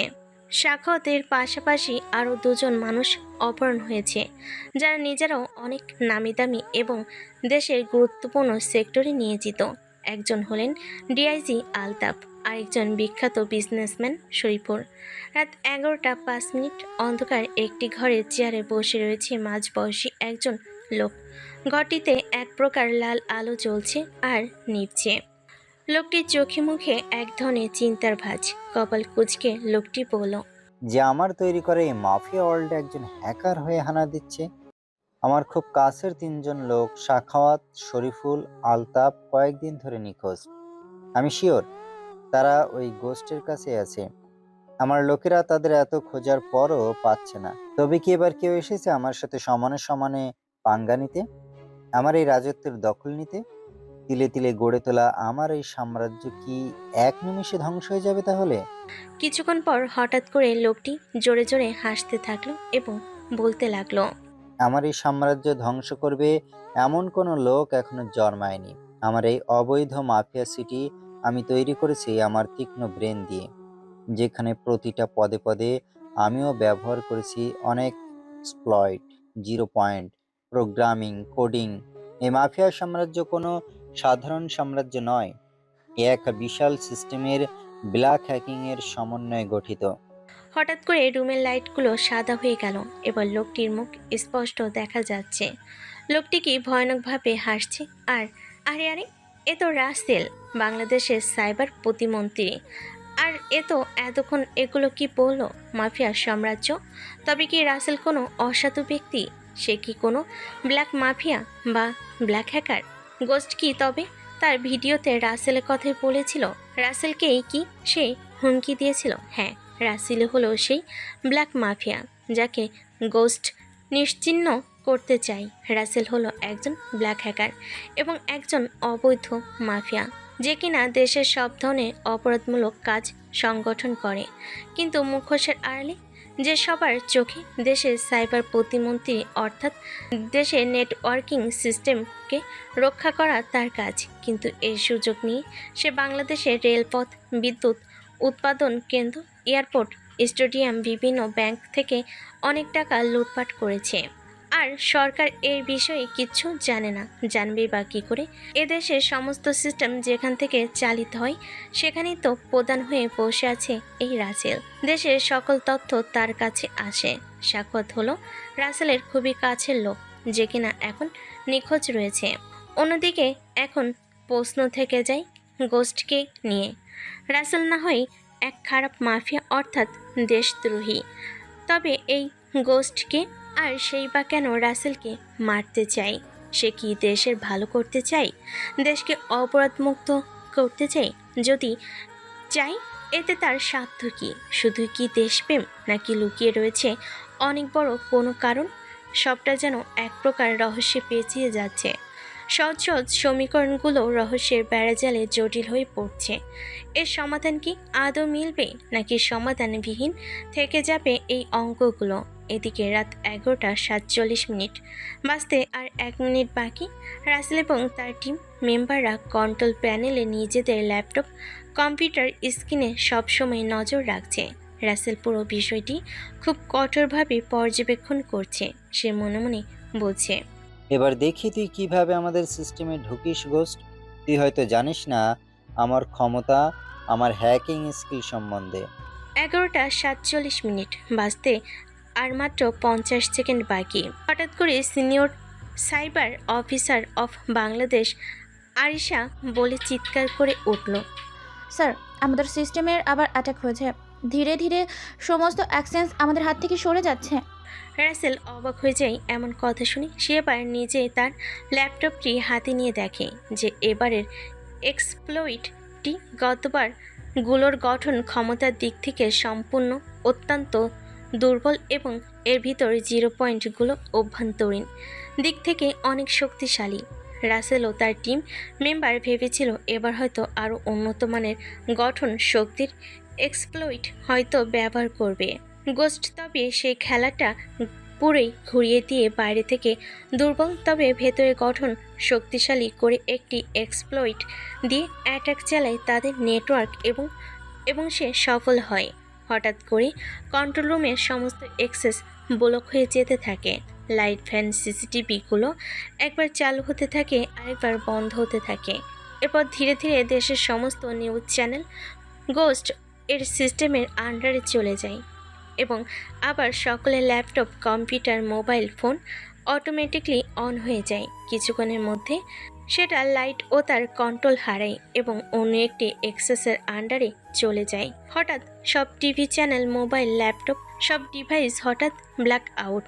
কয়েক সেকেন্ড পর এক বিকৃত সিগন্যালের আওয়াজ, যেন কোনো অচেনা ভাষায় ফিসফিস করে কথা বলছে কেউ। পর্দা ধীরে ধীরে আলোকিত হয়। একটি অন্ধকার ঘরের ভেতর সায়ে বসে আছে একটি মুখহীন অবয়। কণ্ঠ তার বিকৃত ধাতব প্রতিধ্বনির মতো, তবুও অদ্ভুতভাবে ঠান্ডা এক পরিবেশ রেখেছে। কণ্ঠে ছিল রোবোটিক আওয়াজ। 11:47 বাজতে আর মাত্র 10 সেকেন্ড বাকি। হঠাৎ করে সেই জায়গায় 10 থেকে 0 অবধি কাউন্টডাউন শুরু হয়। দেশের সকল মানুষ এখন পুরো বিষয়টা দেখছে। অনেকে আবার কৌতূহল নিয়ে এই সময়টার জন্য বসেছিল যে কি হতে পারে আসলে এই সময়। তিশা ও তার ল্যাপটপে পুরো ঘটনাগুলো দেখছে আর মনে মনে একটাই প্রশ্ন বাজছে, কিভাবে সম্ভব এগুলো? কন্ট্রোল প্যানেলের সবাই বড় স্ক্রিনের দিকে চোখ বড় বড় করে তাকিয়ে আছে। সবাই যেন আতঙ্ক এবং ভয়ের চরম সীমানায়। রাসেলের কপাল বেয়ে মৃদু মৃদু ঘাম ঝরে পড়ছে। হঠাৎ করে কাউন্টডাউন শেষ হয় এবং সবার সামনে একটি ভিডিও প্লে হতে থাকে। ভিডিওটির উপরে লেখা লাইভ। ভিডিওটিতে দেখা যাচ্ছে একটি ঘন অন্ধকারাচ্ছন্ন জঙ্গল। হঠাৎ করে সেখানে হালকা আলো জ্বলে উঠল এবং দেখা গেল যে সেখানে 3 জন লোক বাঁধা অবস্থায় এবং তার মুখে টেপ লাগানো অবস্থায় মাটিতে হাঁটু গেড়ে বসে রয়েছে। লোকগুলো তাদের মাথা উপরে দিক করে। সবাই এখন লোকগুলোর মুখ দেখে অবাক হয়। এরা হলো সাখাওয়াত হোসেন, আলতাফ এবং শরীফুল। হঠাৎ করে তার সামনে 3 জন হ্যাকার মাস্ক পরা লোক আসে। 3 জনের মধ্যে সবার সামনে একজন দাঁড়িয়ে আছে এবং সে হয়তো তাদেরকে নেতৃত্ব দিচ্ছে, অর্থাৎ হতে পারে এই হলো সেই গোস্ট। সামনে থাকা ব্যক্তিটি সাখাওয়াত হোসেন সহ বাকি 2 জন এবং বাকি 2 জনের মুখ থেকে টেপটি খুলে ফেলে। টেপটি খোলার সাথে সাথে সাখাওয়াত হোসেন বলতে থাকেন, আমায় বাঁচান আপনারা, ও আমাকে মেরে ফেলবে। এ অনেক ভয়ানক। এই শরীরে কোনো মায়াদয়া নেই। আমাদের অত্যাচার করা হয়েছে আমাদের উপর। এবার সামনে থাকা লোকটি বলতে থাকে, হ্যালো দেশবাসী, আমি হলাম ঘোস্ট। কেমন আছেন আপনারা সবাই? আশা করি সবাই অনেক ভালো আছেন। কেমন লাগছে আপনাদের এই শোগুলো? যে শোগুলো আপনারা না চাইলেও দেখতে পাচ্ছেন, আপনাদের চোখের সামনে চলে আসছে। এই হলো রাসেল। কেমন আছেন আপনি? এই হ্যালো রাসেল, এই হ্যালো রাসেল, কেমন আছেন আপনি? দেশের নিরাপত্তা সিস্টেম এত দুর্বল কেন? যখন তখন আমি ঢুকে যাচ্ছি আপনাদের সিস্টেমে। তো চলুন সাখাওয়াতের মুখ থেকে আমরা কিছু কথা শুনে ফেলি।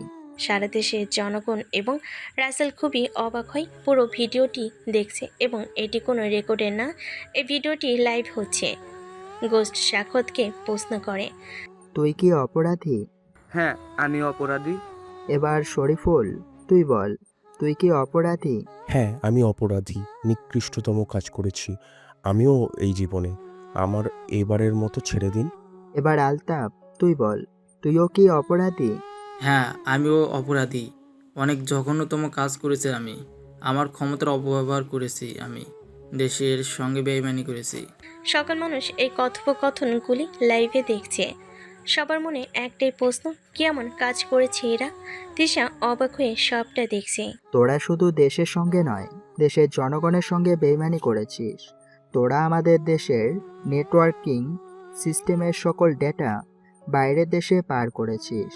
এমন কোনো অবৈধ কাজ নেই যা তোরা করিসনি। আমাদের এবারের মতো ক্ষমা করে দিন, এরপর আর কখনো এমন হবে না। ক্ষমা করব? হ্যাঁ, আর একটা সুযোগ দিন আমাদের। ঠিক আছে, যা, সুযোগ দিলাম। এই বলে গোস্ট একটি চেয়ারে বসে পড়ে, তারপর বলে, যা, পালিয়ে যা তোরা। গোস্টের এমন কথাই ওরা তিনজন উঠে দাঁড়ায় এবং হাত বাঁধা অবস্থায় দৌড়াতে থাকে এবং ওদের পিছনে বসে থাকে গোস্ট। ওরা কিছুটা দূরে যাওয়ার পর গোস্টের হাতে একটা বন্দুক দেখা যায়। সে বন্দুকটি রিলোড করে। সবাই বুঝে যায় এখন কি হতে চলেছে। গোস্ট বন্দুকটি ওদের দিকে তাক করে। ওরা কিছু বুঝতে পারছে না ওদের পিছনে কি হচ্ছে। ওরা শুধু দৌড়াতে থাকে। হঠাৎ করে 3টি গুলি চলার শব্দ হয় এবং ভিডিওটি গ্লিচ হতে থাকে। পুরো ভিডিওটি স্ক্রিন কালো হয়ে যায়। গুলি চলার শব্দ শুনে সবাই হতভম্ব হয়ে যায়। তাদের আর বুঝতে বাকি নেই যে কি হয়েছে ওদের সঙ্গে। রাসেল রাগে তার মাথা নিচু করে নেয়। তিশা পুরোই স্ট্যাচু হয়ে আছে। নিজের চোখে এগুলো কি দেখলো সে? প্রায় 50 সেকেন্ড পর আবার ভিডিও প্লে হয় এবং এবার দেখা যাচ্ছে সামনের চেয়ারে বসে রয়েছে একজন। তার মুখে মাস্ক, তার সামনে 4টি ল্যাপটপ। পুরো ঘরে একটু লাল আলো জ্বলছে। লোকটির পিছে শোয়ানো অবস্থায় রয়েছে 3জন ব্যক্তি। আর এরা হলো সাখাওয়াত, আলতাফ এবং শরীফুল। কিন্তু কেউই আর জীবিত নেই, সবাই মৃত। অনেকেই এমন ভায়োলেন্স এবং ব্রুটাল সিন দেখতে না পেরে নিজেদের চোখ বন্ধ করে রেখেছে। গোস্ট এবার সবার উদ্দেশ্যে বলে, আজ এতটুকুই ছিল আপনাদের জন্য। দেখা হবে আবার নতুন কোনো এক লাইভ শোতে। হয়তো সেইটাই হবে শেষ শো। আর জেনে রাখুন আপনারা, আমি কিন্তু থাকি না কোনো আলোয়, থাকি না কোনো রাজ্যে। দখল করতে এসেছি রাজ্য, এই সাম্রাজ্য। শুভরাত্রি। এ বলে হঠাৎ করে আবার সমস্ত টিভি চ্যানেল, মিডিয়া আগের মতো হয়ে যায়। সবার ল্যাপটপ, কম্পিউটার, মোবাইল ফোন তাদের আবার নিয়ন্ত্রণে চলে আসে। স্যাটেলাইট পুনরায় তার কন্ট্রোলে চলে যায়। দেশের সকল মানুষজন এখন এক প্রকার আতঙ্কের মধ্যে আছে। তারা নিজেদের চোখকে বিশ্বাস করতে পারছে না যে তারা আজকে কি দেখলো। সব থেকে ভয়ঙ্কর বিষয়, তারা 3জনের মৃত্যু দেখলো। আর যে 3জন ছিল কিনা দেশের খুবই গুরুত্বপূর্ণ ব্যক্তি এবং একজন হলো ডিআইজি। সবাই খুব ভয়ভীতি হয়ে রয়েছে। আর এগুলো চলতে চলতে প্রায় রাত্রি 2টা বেজে গেছে। এদিকে তিশা তার ল্যাপটি অফ করলো। সে বলতে থাকে, কিভাবে সম্ভব একসাথে একটি দেশের সমস্ত মোবাইল ফোন, কম্পিউটার, ল্যাপটপের ওপর কন্ট্রোল নিয়ে আসা? কিভাবে পারে সে? এতটা স্কিলফুল, এতটা দক্ষ সে। তবে কেন সে দেশের উপকারে কাজ করছে না? লাইফে এসে 3জন মানুষকে খুন করলো সে, এবং সেই 3জন ব্যক্তি কোনো না কোনোভাবে সরকারি কার্যক্রমের সঙ্গে জড়িত। এমনকি সব শেষে হুমকি ছুড়ে দিল সে, চ্যালেঞ্জ ছুড়ে দিল সে। কি চাইছে? কোন রাজত্ব চাইছে? আমাদের দেশে কি এমন কোনো সাইবার এক্সপার্ট নেই যে একে থামাতে পারে? তার হ্যাকিং দিয়ে কি সে নাকি কন্ট্রোল সিস্টেম পর্যন্ত হ্যাক করে ফেলে? তিশা উপলক্ষে কথাগুলো ভাবতে ভাবতে ঘুমের রাজ্যে হারিয়ে যায়। কন্ট্রোল রুম আবারও আগের মতো হয়ে যায়।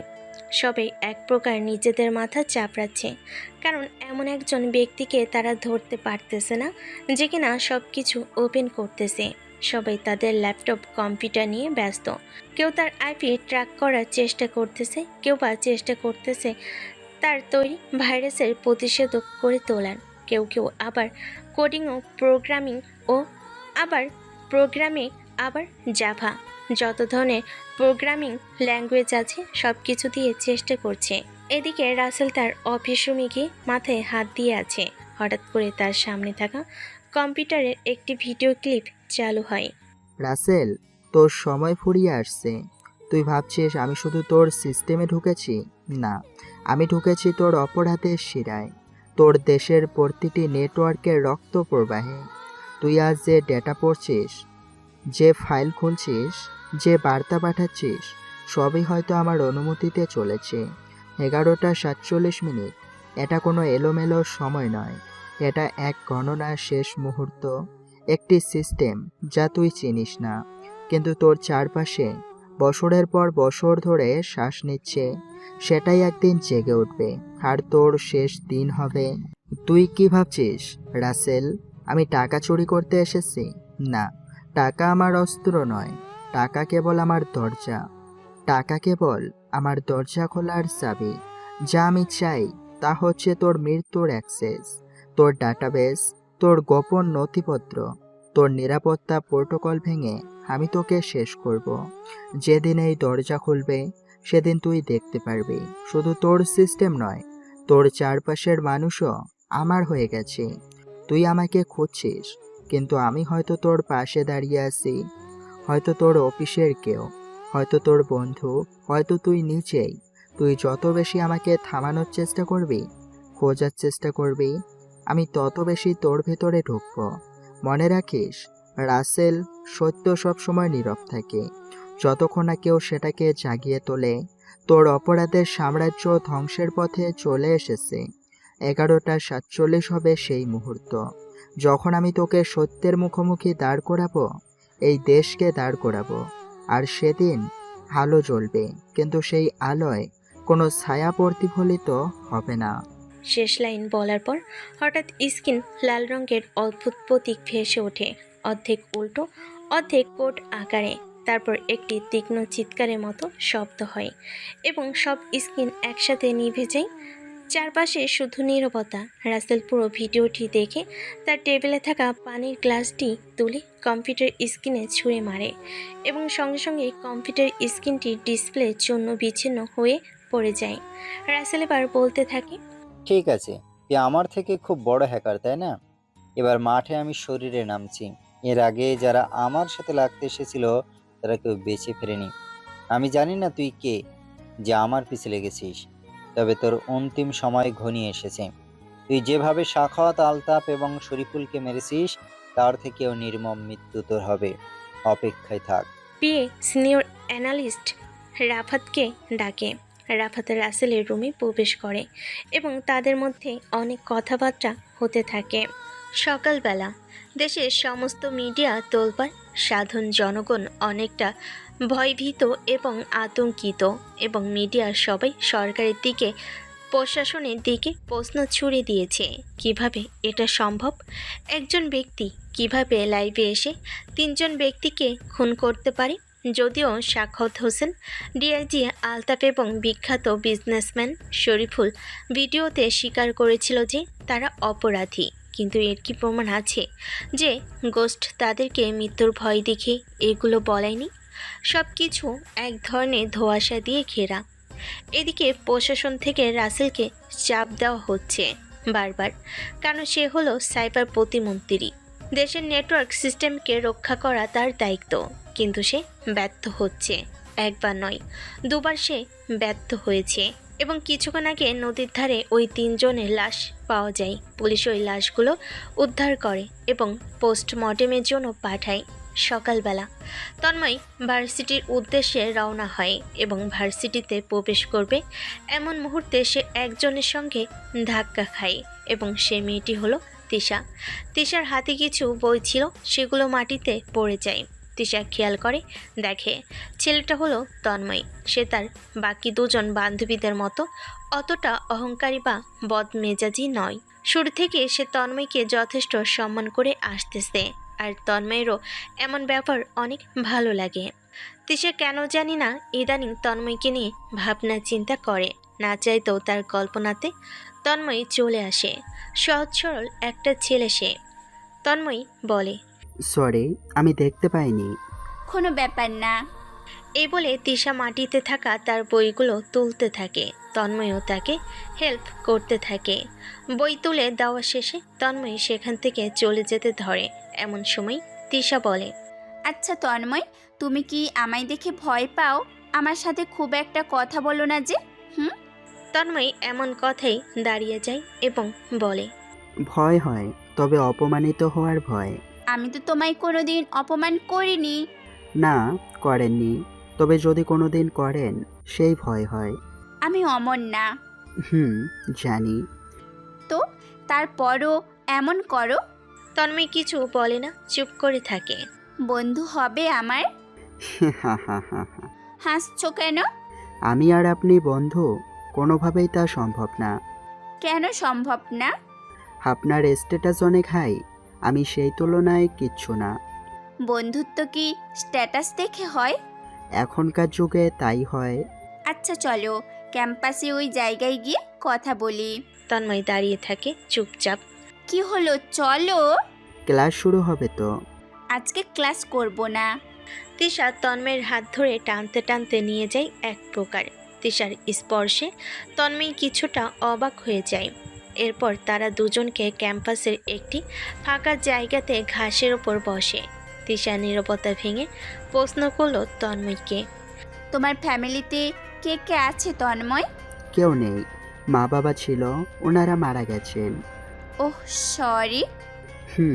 It's okay. ঢাকাতে কতদিন হলো আসছো? কয়েক মাস ফুচকার একটা দোকান দিলাম, ভালোই চলছে। নিজের পড়াশোনার খরচ চালিয়ে নিতে পারছি। ও আচ্ছা। হুম। কালকে ঘটনা দেখেছো? হ্যাঁ, আমার ল্যাপটপেও ওই বিষয়টি দেখাচ্ছিল। কি নির্মম একটা ঘটনা, তাই না? বলো। হ্যাঁ, তবে আমার শুধু এই বিষয়টা ভেবে আফসোস হচ্ছে যে আমাদের দেশের নেটওয়ার্ক সিস্টেম রক্ষার দিকে যারা আছে তারা পর্যন্ত এ ঘটনায় টিকে থাকতে পারল না। আমারও তো সেই সেম প্রশ্ন। এর আরেকটা কারণও হতে পারে। কি কারণ? হয়তো ঘোস্ট নামের হ্যাকার অনেক তীক্ষ্ণ বুদ্ধিসম্পন্ন এবং দক্ষ এই বিষয়ে। তা তো অবশ্যই, নইলে তো কবেই সে ধরা পড়ে যেত। ও যেভাবে আমাদের নেটওয়ার্কে প্রোটোকলকে ভেঙে আমাদের সিস্টেমে ঢুকছে তা সত্যি অনেক আশ্চর্যকর। ও যেসব এক্সপ্লয়েট ব্যবহার করছে তা এক কথায় অপ্রতিরোধ্য, আর 0 পয়েন্টগুলো অনেক শক্তিশালী। বাহ, তুমি তো অনেক কিছুই জানো দেখছি। তাই একটু একটু জানি। আচ্ছা, একে ধরার মতো কি কেউ নেই? হয়তো আছে, আবার নেই, হয়তো বা তৈরি হচ্ছে। এত ঘুরিয়ে পেঁচিয়ে কথা বলো কেন শুনি? এই ঘুরিয়ে বললাম। আচ্ছা চলো আমরা দুজন মিলে ওকে খুঁজে বের করি। হাসছো কেন? ঘোস্ট নিজেই ঘোস্টকে খুঁজবে। কি বললে? কই কিছু না তো। কিছু একটা তো বলেছো তুমি। আমি কিছুই বলিনি। ক্লাসের ঘন্টা পড়ে গেছে, চলুন ক্লাসে যাই। তোমায় তো বললাম আজ ক্লাসে যাব না। আরে চলুন। স্যার এখন হ্যাকিং বিষয় পড়াচ্ছেন, স্যারের কাছ থেকে হ্যাকিং শিখে ঘোস্টকে খুঁজে বের করব। মজা করছো তুমি? কই না তো।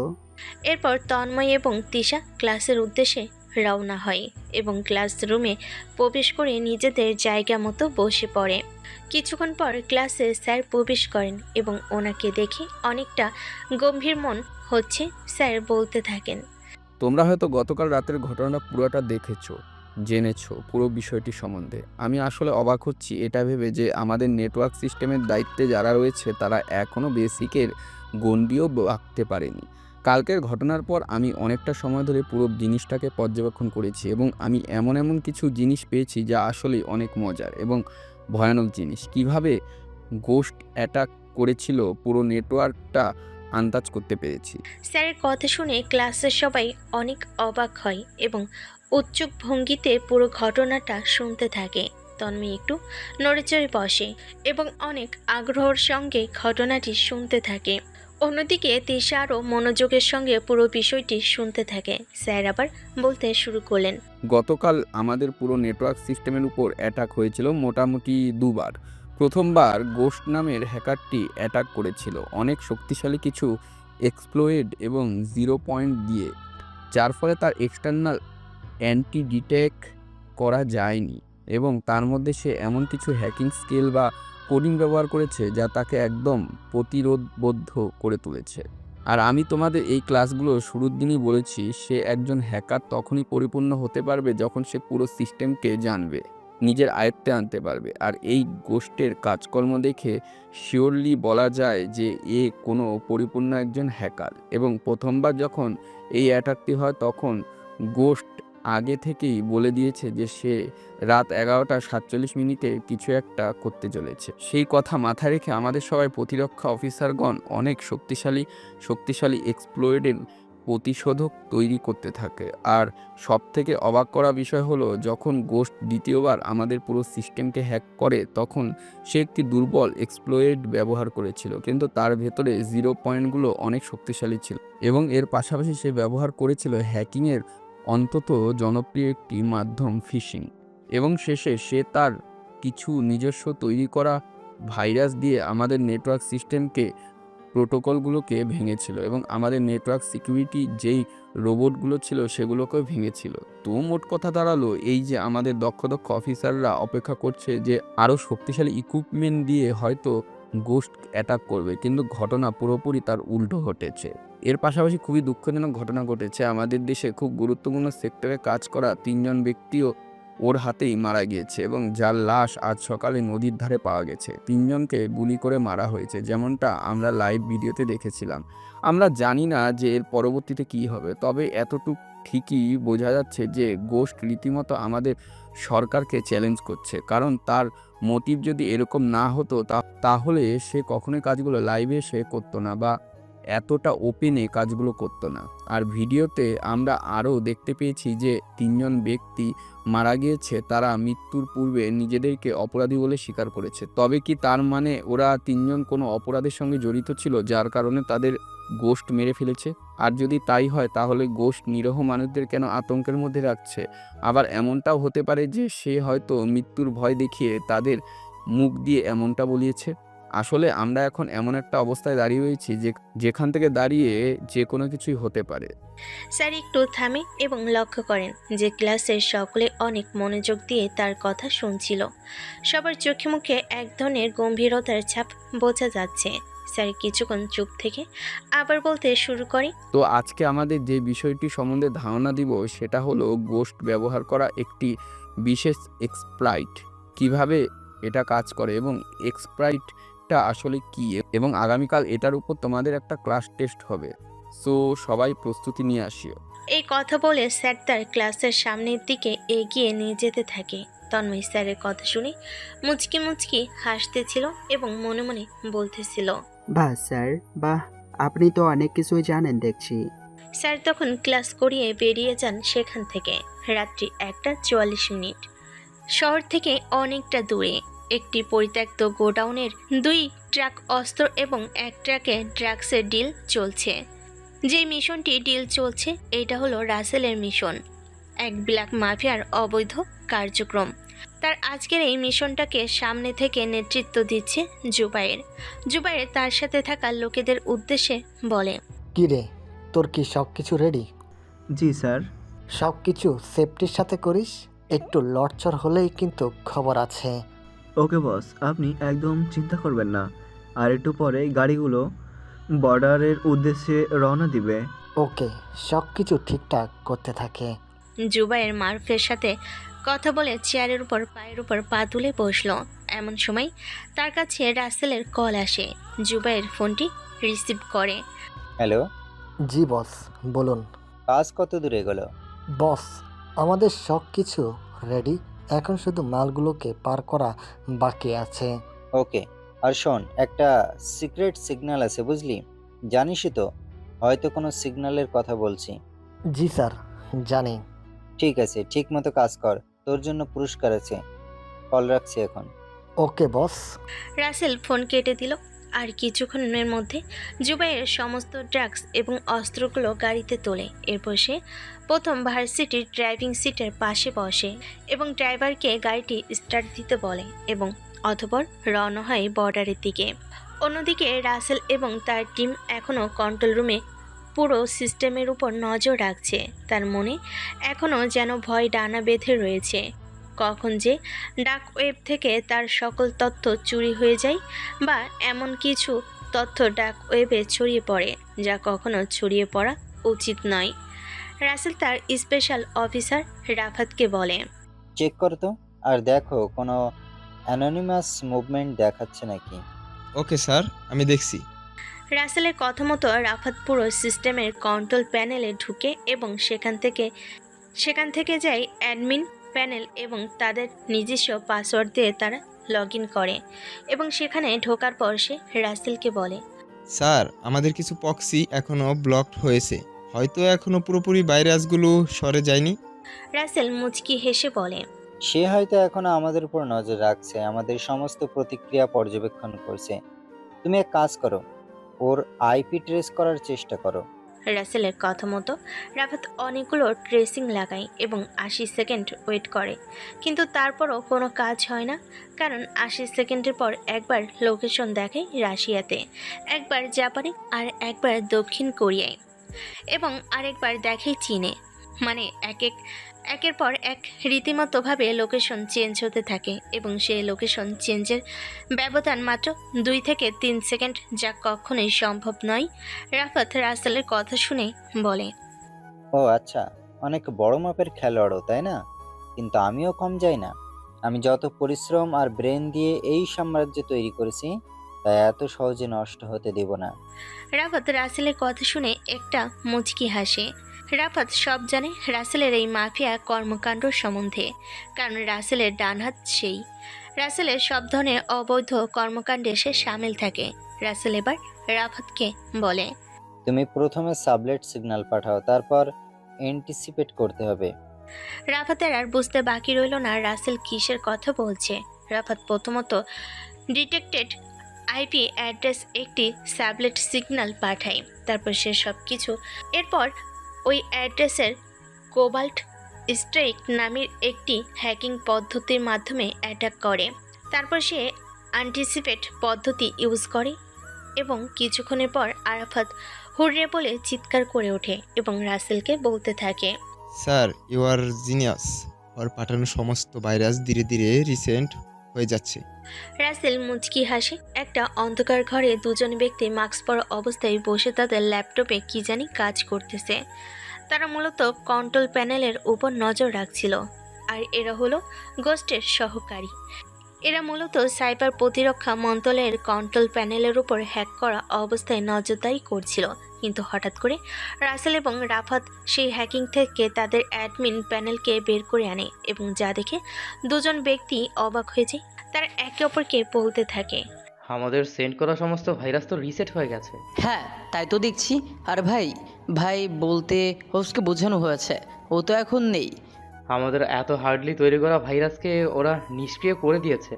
হ্যাঁ, একটা কথা ভুলে যাস না, ভাই কিন্তু বলেছিল যে রাসেলও অনেক দক্ষ এই হ্যাকিং জগতে। তা তো বলেছিল। এখন ভাই আসা অবধি অপেক্ষা করতে হবে এবং দেখতে হবে উনি কি করেন। রাসেল রাফাতের কথা শুনে মুচকি হাসে এবং বলে, এমনিতে এত বড় একটা অন্ধকার জগৎ তৈরি করিনি, বুঝলি? জি বস, আপনি জিনিয়াস।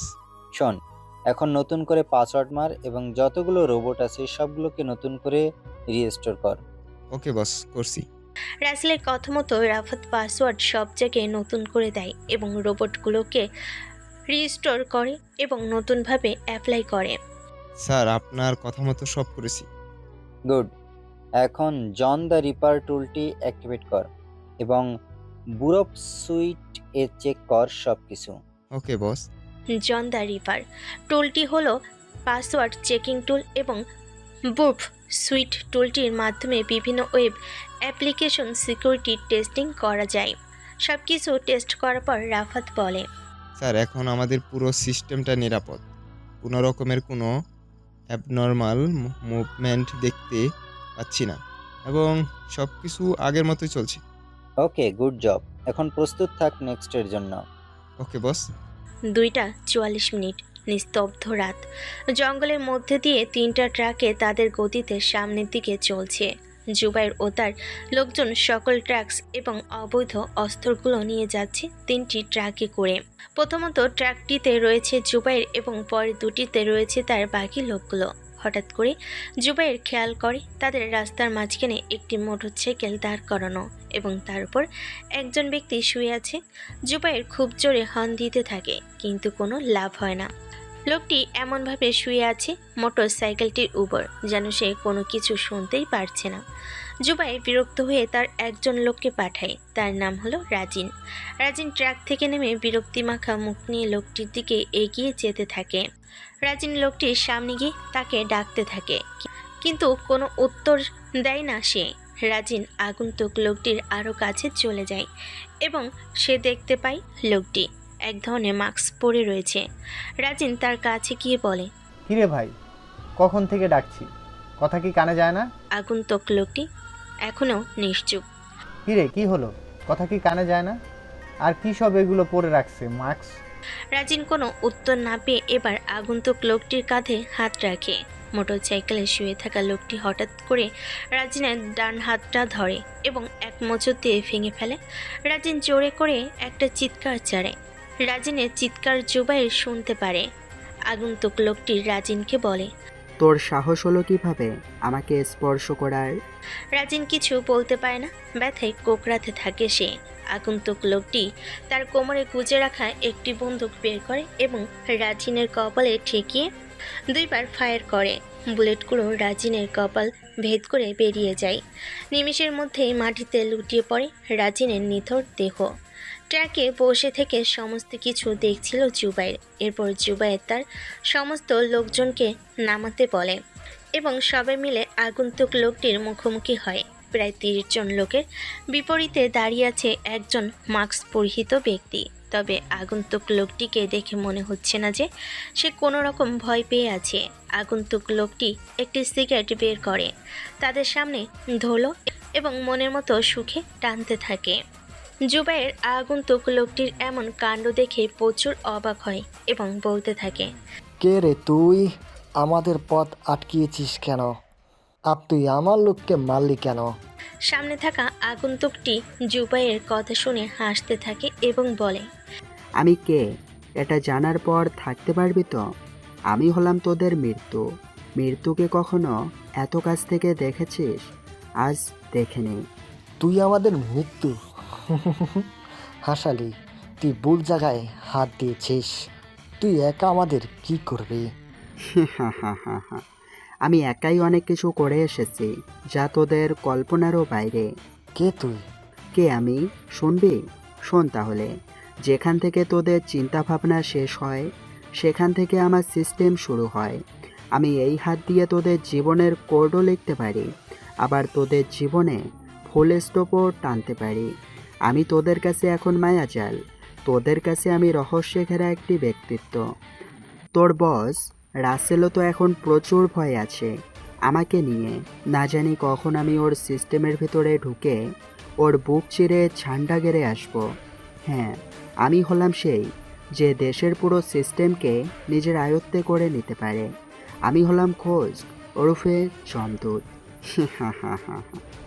এই বলে এতটা তীব্র গতির সাথে গোস্ট ট্রাকে ঘুষি মারে যাতে করে ট্রাকের পেছনের অঙ্কুশ উঁচু হয়ে যায়। এমন দৃশ্য দেখে জুবাইর এবং তার লোকেরা কয়েক পা পিছনে সরে যায়। পুরো পরিবেশটা জোরে হঠাৎ করে একটা দমকা হাওয়া বয়ে যায়। বাতাস ছিল একদম হিম ঠান্ডা। তুই সে গোস্ট? হ্যাঁ, আমি সেই গোস্ট। জুবাইর অনেকটা সাহস নিয়ে বলে, তুই গোস্ট হস আর যাই হস, তুই একা আর আমরা কতজন দেখেছিস? এই কথা বলে জুবাইর তার সাথে থাকা লোকজনেদের গোস্টের দিকে হামলা করতে নির্দেশ দেয়। যখন জুবাইরের লোকেরা গোস্টের দিকে এগোয় তখন, তোরা যতজনই হোস না কেন আমার কিচ্ছু করতে পারবি না। এই বলে গোস্ট তার হাতে একটি রিমোট নিল এবং মুহূর্তের মধ্যে সেখানে 3টা ড্রোন আসলো। গোস্ট রিমোটে চাপ দেওয়ার পর ড্রোনগুলো থেকে ছোট ছোট কিছু লাল কালারের বল বেরিয়ে জুবাইরদের আশেপাশে পড়লো এবং কয়েক সেকেন্ডের মধ্যেই পুরো জায়গাটা লাল ধোঁয়ায় ভরে গেল। জুবাইর খেয়াল করে হঠাৎ করে তার মুখে কেউ একজন একটা মাস্ক জাতীয় কিছু পরিয়ে দেয়। প্রায় 40 সেকেন্ড পর ধোঁয়াগুলো উড়ে যায়। তারপর জুবাইর দেখতে পায় যে তার যত লোকজন ছিল সবাই মাটিতে পড়ে আছে এবং শুধু দাঁড়িয়ে আছে সে এবং তার সামনে দাঁড়িয়ে থাকা গোস্ট। জুবাইর লক্ষ্য করে যে তার মুখে মাস্ক পরা। সে মাস্কটি খোলে। কিরে, কি ভাবছিস? তুই মাস্ক কখন পরলি এইটা ভাবছিস? তোর এই লোকগুলোর কি হলো এইটা ভাবছিস? শোন তাহলে, একটু আগেই যে ধোঁয়াগুলো দেখছি এগুলো কোনো সাধারণ ধোঁয়া নয়, এগুলো হলো বিষাক্ত ধোঁয়া বা পয়জনিয়াস ধোঁয়া। আর এই ধোঁয়াতে 20 সেকেন্ডের বেশি যদি কেউ নিঃশ্বাস নেয় তাহলে সে আর বাঁচতে পারে না। আরে ধোঁয়া চলাকালীন সময় আমি তোকে মাস্ক পরিয়ে দিয়েছিলাম যাতে করে তোকে পরে সব কিছু বলতে পারি, আর আমার মুখে তো আগে থেকেই মাস্ক পরা। হা হা হা হা। জুবাইরের বুঝতে বাকি রইল না যে তার সাথে কি হতে চলেছে। জুবাইর এখন আতঙ্কিত, বিস্মিত এবং ভয়ভীত। সে কি করবে বুঝে উঠতে পারছে না। তার কাছে থাকা বন্দুকটি বের করে গোস্টের দিকে তাক করে এবং যেই বাটনে চাপ দেবে ঠিক তারই একে বিপরীত প্রান্তে দাঁড়িয়ে থাকা গোস্ট তার বন্দুকটি চালায় এবং তার বন্দুকটি থেকে একটি গুলি বের হয়ে এসে জুবাইরের ডান হাতে লাগে এবং তার বন্দুকটি ছিটকে পড়ে যায়। জুবাইরের হাত দিয়ে রক্ত পড়ছে, যে রক্তের গন্ধ যেন গোস্টকে তৃপ্তি দিচ্ছে। জুবাইর ব্যথায় চিৎকার করতে থাকে, কিন্তু আফসোস তাকে বাঁচানোর মতো কেউ নেই চারপাশে। মনে আছে সেই রাতের কথা, যেই রাতে ঠিক এমনভাবে একজন ব্যক্তি মৃত্যুর দিকে ঢলে পড়ছিল এবং যাকে মৃত্যুর দিকে ঠেলে দিচ্ছিলি তোরা, কিন্তু তারপরেও সেই মানুষটা তোর মতো এতটা চিৎকার করেনি। সে চুপচাপ সবটা সহ্য করে নিয়েছিল। দেশের জন্য সে নিজেকে বলি দিয়েছিল। তার আত্মত্যাগ সেদিন লুকিয়ে পড়েছিল তোদের মতো কিছু অপরাধীদের মিথ্যের আড়ালে। আর আজ দেখ, তুই কাপুরুষের মতো সামান্য হাতে হাতে গুলি লাগার আঘাতে চিৎকার করছিস। গোস্টের কথা শুনে জুবাইরের অনেক আগের একটি রাতের কথা মনে পড়ে যায়। সে অনেক গভীর চিন্তায় মগ্ন হয়ে যায়। তার সামনে সেদিন রাতের চিত্র ভেসে উঠতে থাকে, যেখানে একজন মানুষ যাকে ঘিরে রেখেছে কতগুলো মানুষ এবং সেই মানুষগুলোর মধ্যমণি হয়ে থাকা মানুষটি ধীরে ধীরে নিজের শরীর ত্যাগ করছে। তখন জুবাইরের মুখে একটি নাম শোনা যায়, রাজীব। জুবাইর আর পুরো কথা বলতে পারে না। তারা কি গোস্ট তার দিকে বন্দুক তাক করে ট্রিগারে চাপ দেয় এবং সেখান থেকে একটি বুলেট বের হয়ে জুবাইরের কপালে ভেদ করে বেরিয়ে যায় এবং মাটিতে পড়ে থাকে তার প্রাণহীন মূল্যহীন দেহটি। জুবাইর মারা যাওয়ার পর গোস্ট তার বাইকের সঙ্গে হেলান দিয়ে একটি সিগারেট জ্বালায়, তারপর আকাশের দিকে তাকিয়ে বলতে থাকে, একটাকেও আস্ত রাখবো না। 4টা গেল, সেদিনের সেই ভয়াবহ রাতের বদলা আমি নেব। দুনিয়ার প্রতিশোধ দুনিয়াতেই শেষ হবে। দেশপ্রেমের উপহার মৃত্যু হতে পারে না, তা আমি দেখে নেব। এরপর গোস্ট সেখানে আরও কিছুক্ষণ থেকে সেই জায়গাটি পরিত্যাগ করে চলে যায়। শুরু থেকেই কিছু ছোট ছোট প্রশ্নের জন্ম হয়ে আসছে এর পুরো ঘটনাটা জুড়ে। এই প্রশ্নগুলোর উত্তর কোথায়? আদৌ কি প্রশ্নগুলোর উত্তর রয়েছে? গোস্ট কেন রাতের কথা বলল? কিসের প্রতিশোধের কথা বলল? জুবাইর মৃত্যুর পূর্বে রাজীব চৌধুরীর নাম কেন নিল? এই রাজীব চৌধুরী আবার কে? তবে কি আজকের এই কষ্টের পেছনে রয়েছে কোনো ভয়াবহ ইতিহাস? তবে কি এই ক্যারেক্টারের পিছে রয়েছে কোনো প্রতিশোধ? এখন দেখার বিষয় শেষ অবধি কি হয়। আসলে রহস্যগুলো একে অপরের সঙ্গে জট বাড়তে বাড়তে এমন একটি পর্যায়ে পৌঁছেছে এখন সেগুলো খোলা মুশকিল। এখন অপেক্ষা করতে হবে এর অন্তিম পরিণতি কিসের দিকে যায়। সকালবেলা তিশা ক্লাসরুমে বসে। শুধু তিশা বলে ভুল হবে, সবাই ক্লাসরুমে বসে রয়েছে এবং সবাই পরীক্ষার জন্য প্রস্তুত। কিছুক্ষণের মধ্যে ক্লাসে স্যার প্রবেশ করলো। তিশা শুধু চারিদিকে তাকিয়ে কাকে যেন খুঁজছে। তিশা তন্ময়কে খুঁজছে, কিন্তু কোথাও সে নেই। তিশা ভাবে সে হয়তো আসবে না আজকে। স্যার সবাইকে খাতা দিয়ে দেয়। মোটামুটি 5 মিনিট চলে যায়। হঠাৎ করে ক্লাসরুমের গেটের সামনে কেউ একজন দাঁড়িয়ে বলে, sir, may I come in? ক্লাসের সবাই গেটের দিকে তাকায় এবং দেখতে পায় যে গেটের সামনে দাঁড়িয়ে আছে তন্ময়। তিশাও খেয়াল করে যে গেটে দাঁড়িয়ে আছে তন্ময়। চোখে মুখে এখনও ঘুমের ছাপ, চুলগুলো এলোমেলো হয়ে কোনো রকমে হয়তো চোখে মুখে পানি দিয়ে শার্ট প্যান্ট পরে চলে এসেছে সে। তিশা তন্ময়ের সেই ঘুম জড়ানো মুখের দিকে তাকিয়ে রয়েছে, মনে মনে ভাবছে কি কিউট লাগছে ওকে। তোমার এত লেট কেন আজ? স্যারের প্রশ্নের জবাবে তন্ময়ের সোজা সাপটা উত্তর, ঘুম ভাঙতেছিল না স্যার, তাই একটু দেরি হয়ে গেছে। তন্ময়ের এমন বাচ্চাদের মতো উত্তর শুনে ক্লাসের সবাই হাসতে থাকে। তিশাও একটু মুচকি হাসে। স্যার ওকে বেশি কিছু আর বলে না।